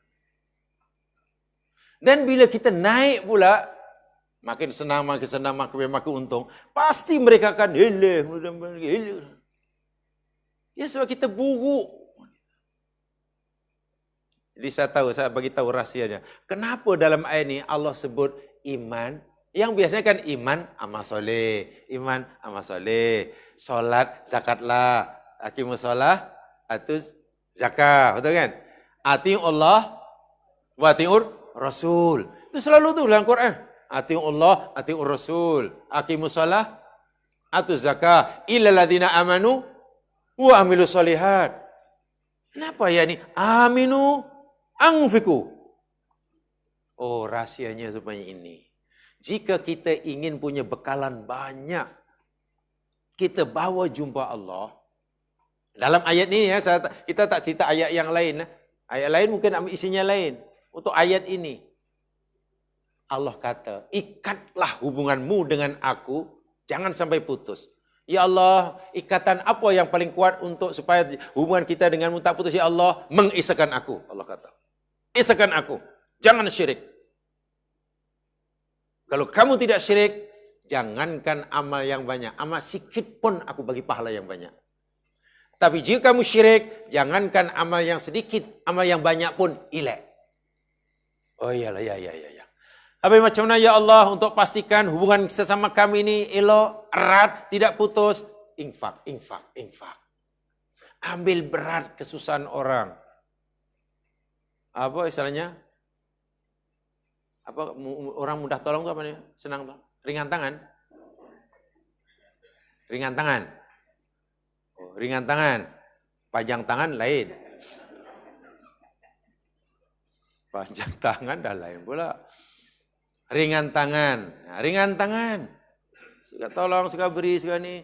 Bukan buruk siku. Dah lepas ringan tangan jadi buruk siku. Bayangkan, kan nanti semua orang bagusnya lah orang tu, Masya Allah lah. Kita sungguh-sungguh berterima kasih lah dengan si kawan kakak kita ni. Wah, dia bukan EJK, tapi Masya Allah datanglah. Dahlah dia datang awal ke surau, karena memilihkan tempat untuk kita berbuka sama. Dia buka yang terakhir, selepas semua kita buka, dia baru buka. Kita sudah masuk soft solat, nak sudah wudu, dia masih kemeh-kemeh meja. Kita sudah balik lepas tarawih, dia malah cuci pinggan. Wah, dia bukan EJK itu. Saya yakin semua orang suka. Itu infak jangan diartikan infak ini hanya harta benda, bukan. Infak itu kita berkongsi nikmat dengan orang lain. Orang yang ada harta berkongsi nikmat dengan orang lain. Itu. Ada tenaga, berkongsi tenaga dengan orang lain. Dimanfaatkan tenaga untuk melakukan perbuatan yang beri manfaat orang lain. Ada waktu, begitu. Ada idea, begitu. Pasti jalinan hubungan kita sesama kita menjadi sangat kuat. Ini hubungan infak, iman dan infak. Bertambah-tambah amalnya. Bertambah-tambah amalnya. Jadi kalau kita ingin serentak, lagi senang. Malam ini surau atau masjid katanya pasal malam ni tarawih yang pertama. Jadi adalah kita sembahyang tarawih saya berjamaah nanti datang awal karena Nabi tarawih. Tarawih itu kan untuk menjalin hubungan dengan siapa ya? Salat Isya berjamaah, tarawih, tadarus. Itu untuk pastikan macam mana? Kemesraan hubungan kita. Mana? Hablum minallah ya. Itu hablum minallah tu. Dengan solid. Tapi kita tak nak hanya hablum minallah saja. Nak beritahu pun hendaklah dapat manfaat hablum minannas. Datang awal, ya mungkin ikut bantu betangkan sejadah mungkin. Ya ikut menyediakan mungkin murih dia. Ya bla bla bla bla bla. Nah seterusnya. Karena maklum hari pertama mungkin tak tahu tempatnya, disuruhkan ini pakai ini. Oh Masya Allah itu. Itu namanya iman, infak, iman, infak, iman.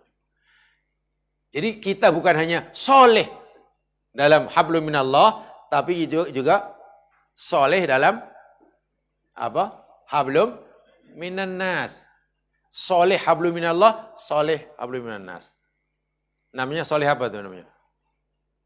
Soleh yang sempurna kan? Kalau soleh hanya hablum minallah, soleh setengah. Tapi hablum minallah soleh, hablum minannas soleh. Namanya soleh. Solihun kamilun namanya. Solihun kamilun. Minta maaf dalam bahasa Melayu disebut pelat Melayu salih kamil biasanya. Salih kamil. Itu kalau pelat Melayu biasanya macam itu, sebenarnya salih kamil. Jadi dengan hubungan Allah pun soleh, sama manusia pun soleh. Tak boleh soleh hanya, jangan kita berfikir orang sebut soleh itu hanya rajin solatnya. Bukan. Hanya karena rajin puasa suratnya. Bukan. Tapi juga dilihat hablum minannasnya. Hablum minannas. Baik, itu rahasia kenapa dalam ini diperintahkan aminu dan anfiku. Yang kedua, coba jamaah sekalian, ayat ini coba kita fahami, kita kaitkan dengan surah Al-Munafikun. Ini surah yang ke-57, sekarang lihat surah yang ke-63. Di sini tidak ada. Jadi lihat surah 63.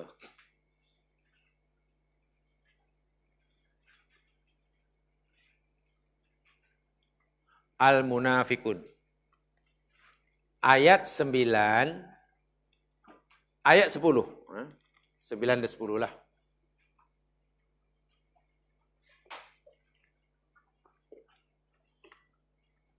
Saya nak tunjukkan tadi apalah dia punya hubungan. Alaqah antara iman dan infak. Tadi dah jelaskan hubungannya ini hablum minallah dan hablum minannas. Sekarang yang kedua, coba perhatikan. Di dalam surah Al-Munafikun ayat yang ke-9 Allah mulakan firman-Nya dengan ya ayyuhalladzina amanu ya. Ya ayyuhalladzina amanu la tulhikum amwalukum wala auladukum an dzikrillah. Apa tu?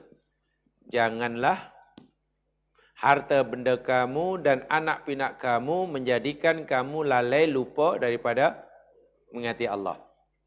Wa may yaf'al dzalika faulaika humul khasirun.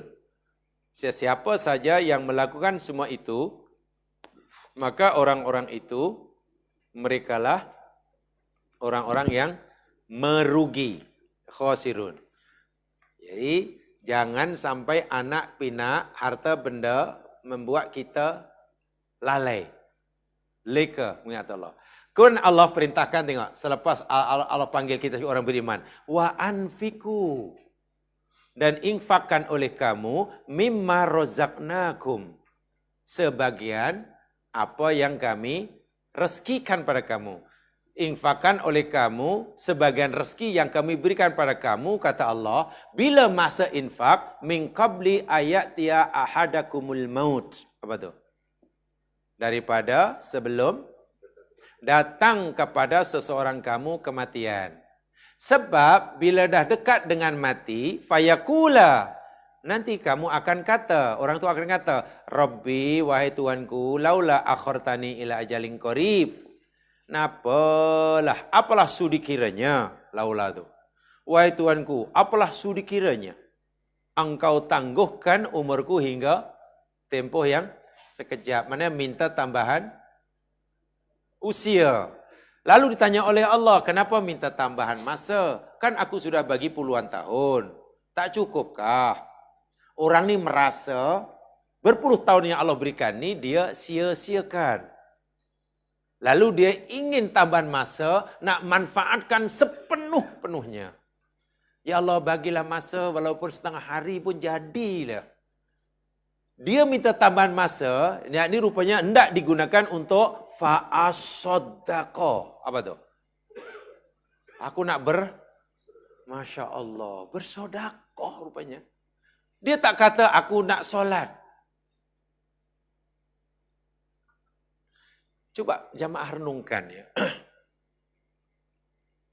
Orang ini, orang yang merayu pada Allah, minta tambahan masa, bila ajal telah tiba, itu karena menyesal ya. Menyesal umur yang lama yang Allah telah berikan disisihkan. Karena menyesal, ia merayu pada Allah, nak tambahan masa walaupun sedikit. Dan tambahan masa yang sedikit, jika Allah kabulkan, akan manfaatkan sepenuhnya.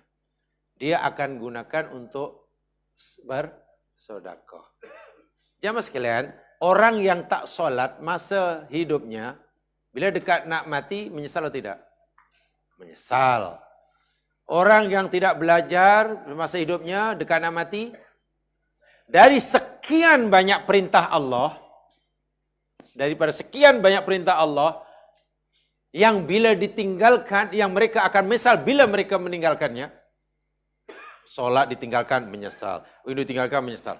Dan sekian banyak perintah Allah, yang bila ditinggalkannya buat mereka menyesal, yang paling membuat mereka menyesal, yakni tidak bersedekah. Dia tak kata, ya Allah, berilah tempoh masa sedikit, ya Allah, kami nak solat. Tak. Walaupun dia tak pernah solat. Dia nak bersedekah. Apa ya sedekah? Ya mas sekalian, banyak rahsia dia. Banyak rahsia dia. Rahsia yang pertama, orang tak solat, itu dosanya kepada manusia atau kepada Allah? Orang tak puasa, itu kepada Allah ya mas sekalian. Bila dosa kepada Allah, nanti di akhirat terpulanglah pada Allah. Kan begitu ya. Fahaman ahli sunnah wal jamaah, orang mati banyak membawa dosa, selain dosa syirik ya. Orang meninggal jumpa Allah membawa banyak dosa, selain dosa syirik. Di akhirat nasibnya terpulang pada Allah. Insya'a ghafaralah wa insya'a adzabah. Jika Allah menghendaki, Allah boleh ampunkan. Jika Allah menghendaki, Allah boleh siksa. Terpulang. Itu jika dosanya dosa hablum minallah, selain syirik. Tapi jika mati membawa dosa syirik, Allah pasti siksa.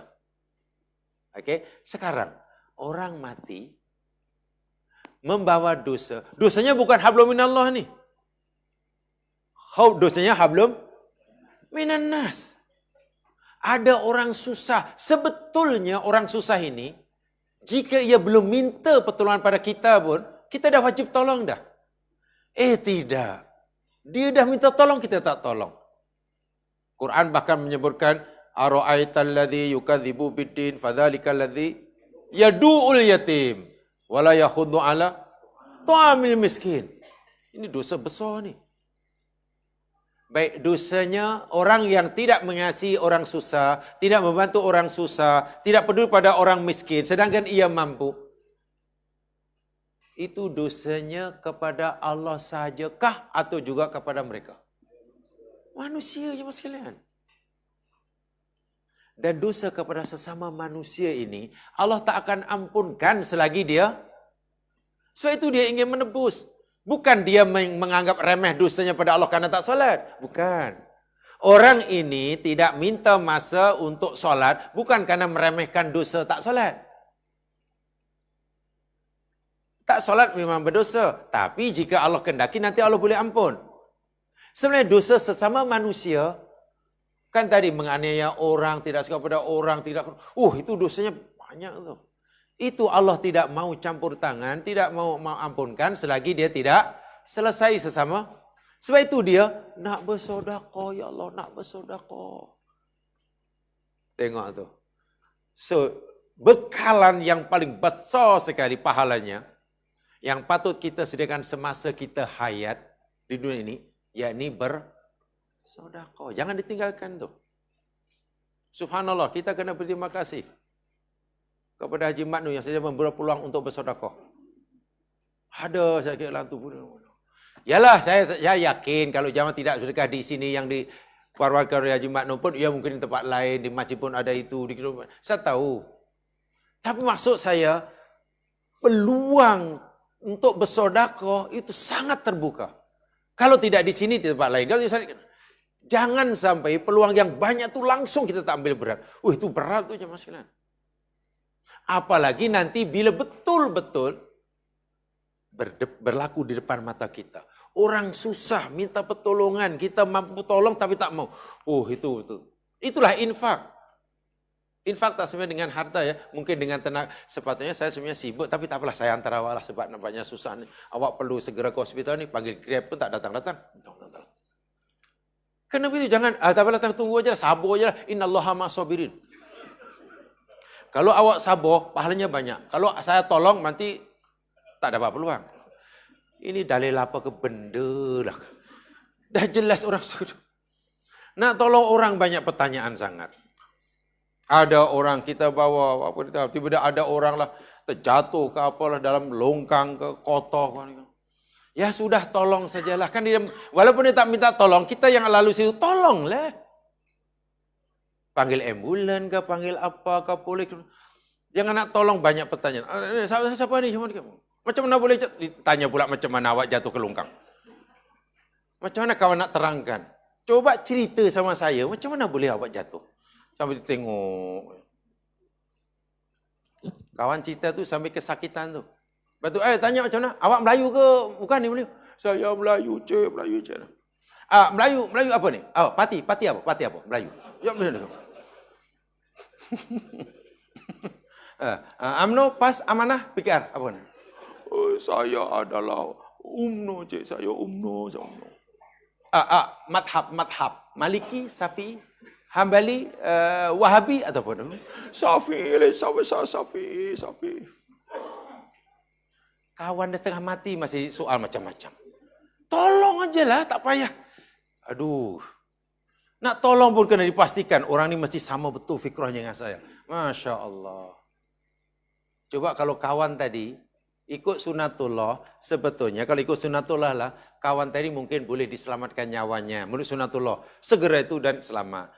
Tapi karena kita lambat menolong, kita banyak soalan tadi, itu setengah jam tuh. Ya, kawan akhirnya terminum air longkang lah. Mati dia. Tak dosa ke? Macam mana nak menebus? Sebab itu orang ini, Allah beritahu nanti bila kamu dekat nak mati, pasti kamu akan minta tempoh, minta tangguh. Karena kamu nak sedekah dahulu. As-sadaqah. Sebab itu Allah kata, sedekahlah sekarang. Selagi belum tiba ajal. Bukan Allah tak suruh kita solat ya, jangan salah faham. Bukan orang ini meremehkan dosa tak solat. Dosa solat memang besar. Tapi dosa solat kan hablum minallah. Itulah maksud saya.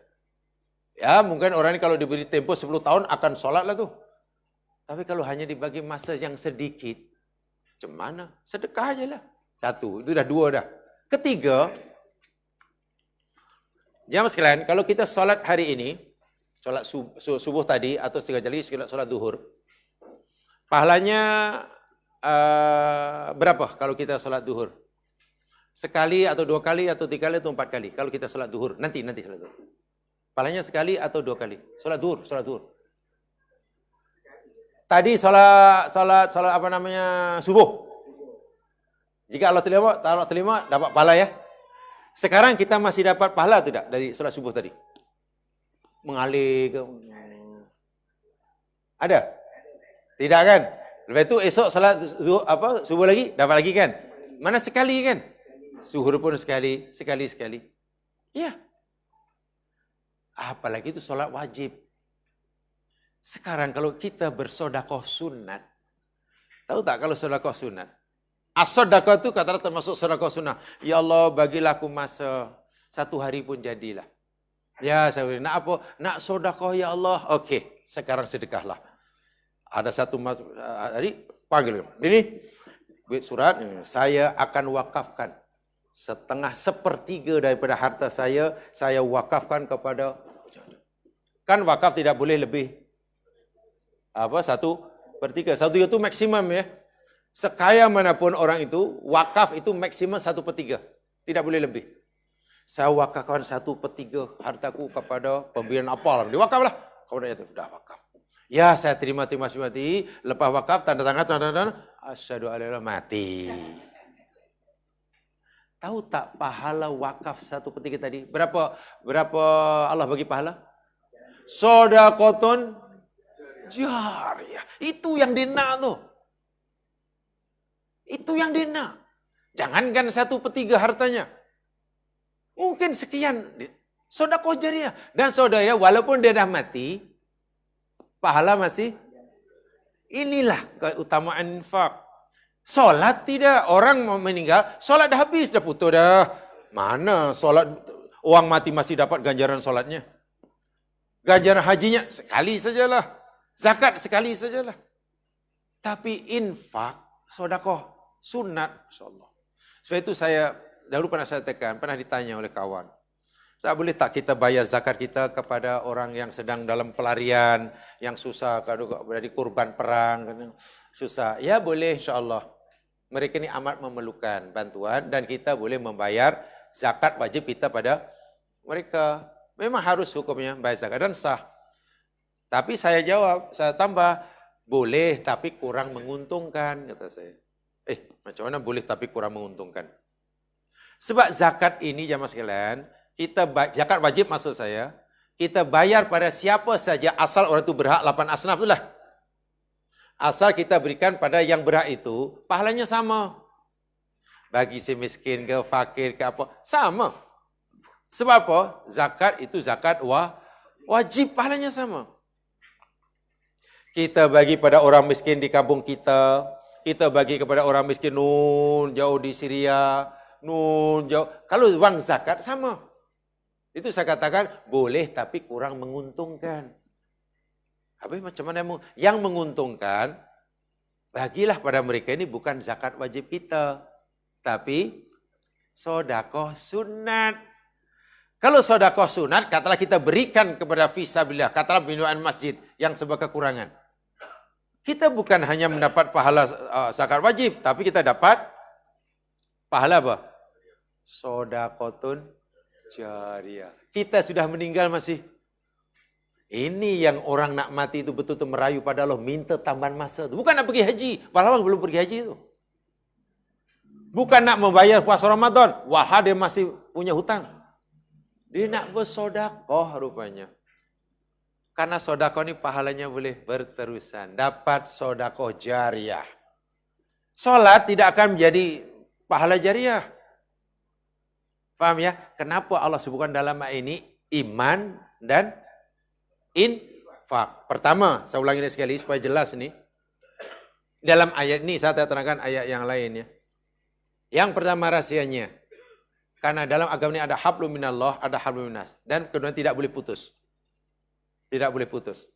Untuk mengikat hablum minallah dan ikatan yang paling kuat, yang tidak mungkin putus, tauhid. Iman itu maksudnya tauhid, mengisahkan Allah. Bila iman kita kuat, mana tali yang hubungan kita ni Allah sangat kuat. Apapun amalan kita lakukan, jangankan yang besar, yang kecil pun ada pahalanya.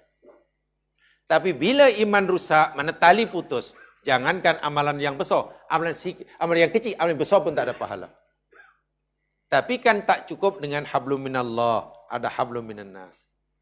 Nah, untuk mengikat hablum minallah yang kuat, yang tak rapuh, sedekah, suka menolong, suka membantu. Tangan sentiasa di atas, bukan kita sentiasa apa dipanggil? Give. Kita jamaah gunakan give and take atau apa? Give and take ya. Saya gunakan take and give. Take and give. Saya tak suka give and take. Kalau give and take itu namanya buruk siku. Jadi saya tak suka yang buruk siku. Yalah, give and take itu buruk siku. Ya, take lah, walaupun kita sesekali menerima, tapi kita menerima itu untuk akhirnya kita berikan. Oh, itu hebat. Itu hebat. Itu sedekah. Bila kita sedekah, kita berbudi, kita berkongsi nikmat, pasti hubungan kita sama manusia akan cantik. Hablumillah cantik, hablumillah cantik. Soleh. Namanya soleh kamil. Soleh kamil. Kalau hanya macam ini, soleh apa tuh? Kalau soleh habluminallah tapi habluminallah tidak soleh, namanya soleh. Soleh K aja lah, soleh K aja. Yang keduanya, itu tadi. Amalan yang paling dikesalkan oleh seseorang semasa nak mati karena meninggalkannya semasa sehat, yakni sedekah. Salat, memang menyesal, boleh buat orang menyesal. Tapi dah sekian banyak perintah yang ditinggalkan, yang membuat dia paling menyesal, sedekah. Ini ayatnya. Rasa yang ketiga, kenapa dipilih as-sedekah? Karena sedekah ini bila dilakukan, apa dipanggil sedekah jariah, pahalanya pun berterusan, sungguh pun ia dah meninggal. So itu jenayah terbesar kepada Allah Subhanahu wa taala, syiriklah. Jenayah terbesar selalu minallah kan mendalimi mereka, menyusahkan mereka, kan itu kan. Saya yakin zaman setelah belajar hadis muflis kan. Nabi kan pernah tanya pada sahabat, manil muflis atau manil muflis? Tahukah kamu siapa orang muflis? Kan Nabi berkata kan. Orang muflis ya Rasul, orang tak ada duit, tak. Itu bukan aku maksud. Orang muflis yakni orang yang pergi di akhirat, pahala solatnya banyak, pahala hajinya banyak, pahalanya banyak, mana amal banyak, pahalanya banyak. Malangnya, qad satama hadza, hubungannya hablum minan nas buruk. Akhirnya dituntut. Ya Allah, dahulu dia telah mengambil hak kami, dia tak mau tolong kami, sedangkan kami perlukan tolongannya dan dia mampu. Ambil wajahnya sikit. Sikit karena hablum minan nasnya teruk. Akhirnya pahalanya habis, sementara orang yang menuntut masih ramai. Bagaimana cara Allah mengadilinya? Dosa atau keburukan orang yang menuntut ini diambil diberikan. Dahlah pahalanya habis, dosanya bertambah. Tumaturi khafinnar. Orang itu akhirnya dihumban dalam neraka. Tengok. Artinya apa? Keburukan hablum minan nas ini boleh memufliskan orang. Iya. Sebanyak manapun pahala hablum minallah, bila hablum minasnya buruk, itu boleh memufliskannya di akhirat. Macam mana supaya tidak buruk? Infak satu di antara yang paling berkesan. Ya, infak itu macam-macam lah. Infak harta. Yang hartawan dengan harta. Yang ilmuwan dengan ilmu. Yang tenagawan dengan tenaga. Yang punya idea dengan idenya. Yang ada kuasa Dengan kuasanya, pastikan setiap nikmat Allah berikan pada kita ini, jangan hanya kita sahaja yang menikmatinya. Usahakan supaya orang lain pun dapat menikmati sama. Itulah makna konsep infak. Jangan hanya kita saja yang merasakan nikmatnya, pastikan orang lain pun dapat merasakan nikmat yang Allah berikan pada kita. Kan kita boleh membantu banyak orang kalau kita ada kuasa. Kan kita boleh bantu orang bila kita ada harta. Gitulah. Orang yang banyak memberi pasti punya banyak. Orang tidak mungkin banyak memberi tapi punya sedikit. Jadi kalau kita ingin mampu memberi banyak, maka miliki banyak-banyak. Untuk punya banyak-banyak, cari banyak-banyak. Jadi cari banyak-banyak supaya kita memiliki banyak-banyak agar kita dapat memberi. Itu ya, jadi banyak. Konsepnya mudah, mencari, memiliki, memberi. Itu saja konsep. Mencari, memiliki, memberi. Setelah memberi, kurang pula. Cari lagi. Hingga bila agaknya? Hingga umur 60 tahun ke 65 tahun? Mencari, memberi, memiliki. Mencari, memiliki. Hingga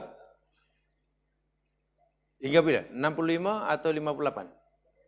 Mati. 60. Sebab itu mana ada pencen ini? Mencari, memiliki, memberi. Itu tidak ada pencen. Pencennya bila sudah Shadaqallahul Azim.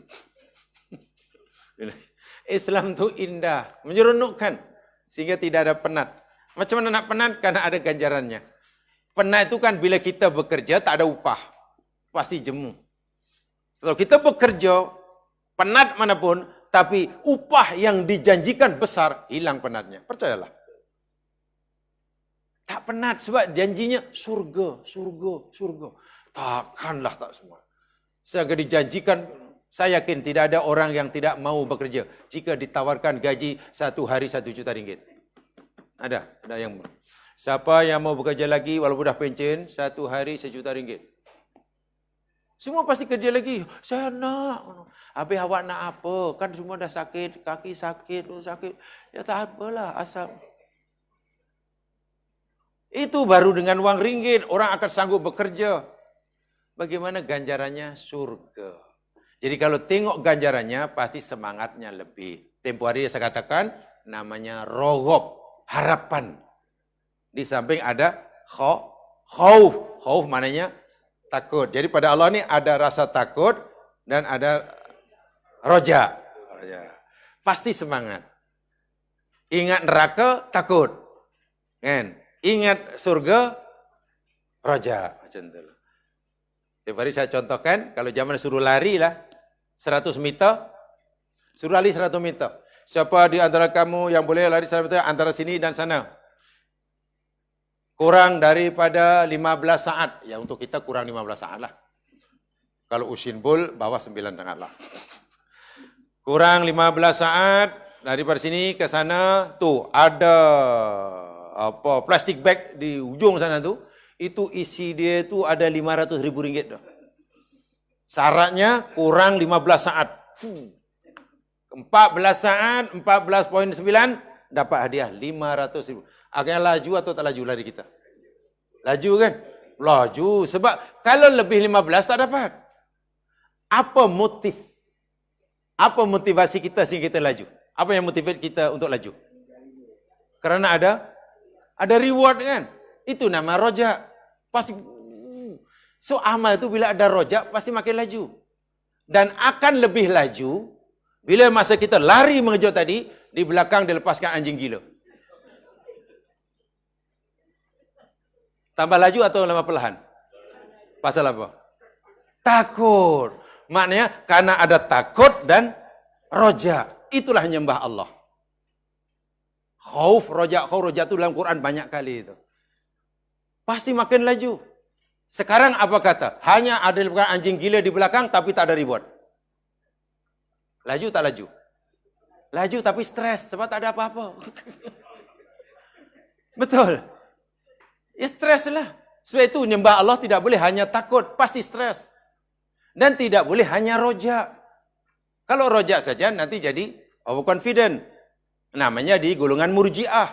Orang Murji'ah ni tak takut neraka. Sebab bagi mereka sebesar manapun dosa orang pasti masuk surga. Macam Yahudi lah yang yakin pasti masuk. Jadi nyembah Allah tu mesti takut rojak. Takut rojak. Macam itulah. Nampak 500,000 laju. Penat ni. Penat pun tak terasa tu. Akan lebih laju karena tengok belakang. Anjing gila. Lagi. Tapi kalau hanya pasal dikejar anjing gila tapi tak ada reward, stres. Jadi kawan tu akhirnya mati bukan mati penat tapi mati mati berdiri. Ya mesti mati berdiri lah. Faham ya ayat yang pendek ini jamaah sekalian? Mari kita amalkan, kita pegangi untuk menambahkan bekalan kita menghadap Allah Subhanahu wa taala. Subhanakallahumma wa bihamdika asyhadu an la ilaha illa anta astaghfiruka wa atubu ilaik. A'udzu billahi minasyaitonir rajim. Wal 'ashr innal insana lafi khusr illa alladziina aamanu wa 'amilus shalihat wa tawassaw bil haqqi wa tawassaw bis sabr. Assalamualaikum warahmatullahi wabarakatuh. Assalamualaikum warahmatullahi wabarakatuh. Para jemaah dirahmati Allah, alhamdulillah. Hari ini Ustaz banyak menyentuh tentang sedekah. Jadi bila tabung ni lalu, dua-dua tabung ni lalu, ya, jangan tertidur pula masa itu. Yang seloknya anggaplah tabung tu takut merupakan yang terakhir ia lalu di depan kita. Ya, mana tahu esok tak datang kelas dah. Ya. Paling tidaknya kalau susah-susah sangat, kalau tak nak bagi pun senyum je lah. Bila tabung terlalu, ya. Sebab senyum pun sedekah kononnya. Tapi tak apa, ini tabung baik untuk pahala jariah, ya. Semua, ya. InsyaAllah jumpa Ustaz hari Ahad depan ni, iaitu hadis 8.30 pagi, ya. Untuk Asmaul Husna dari 2 minggu yang kedua bulan depan, insyaAllah, ya. Okey, jumpa hari Sabtu depan, insyaAllah. Terima kasih kepada penaja breakfast hari ini, ya. Saya tak pasti ada ke tidak lagi. Kalau ada lagi baki belakang tu, habiskanlah, ya. Tolong bawa balik kalau tak boleh makan di sini. Dan jangan lupa bawa ayam juga balik. Lagi ayam di belakang sana, ya. Sekian, Assalamualaikum warahmatullahi wabarakatuh.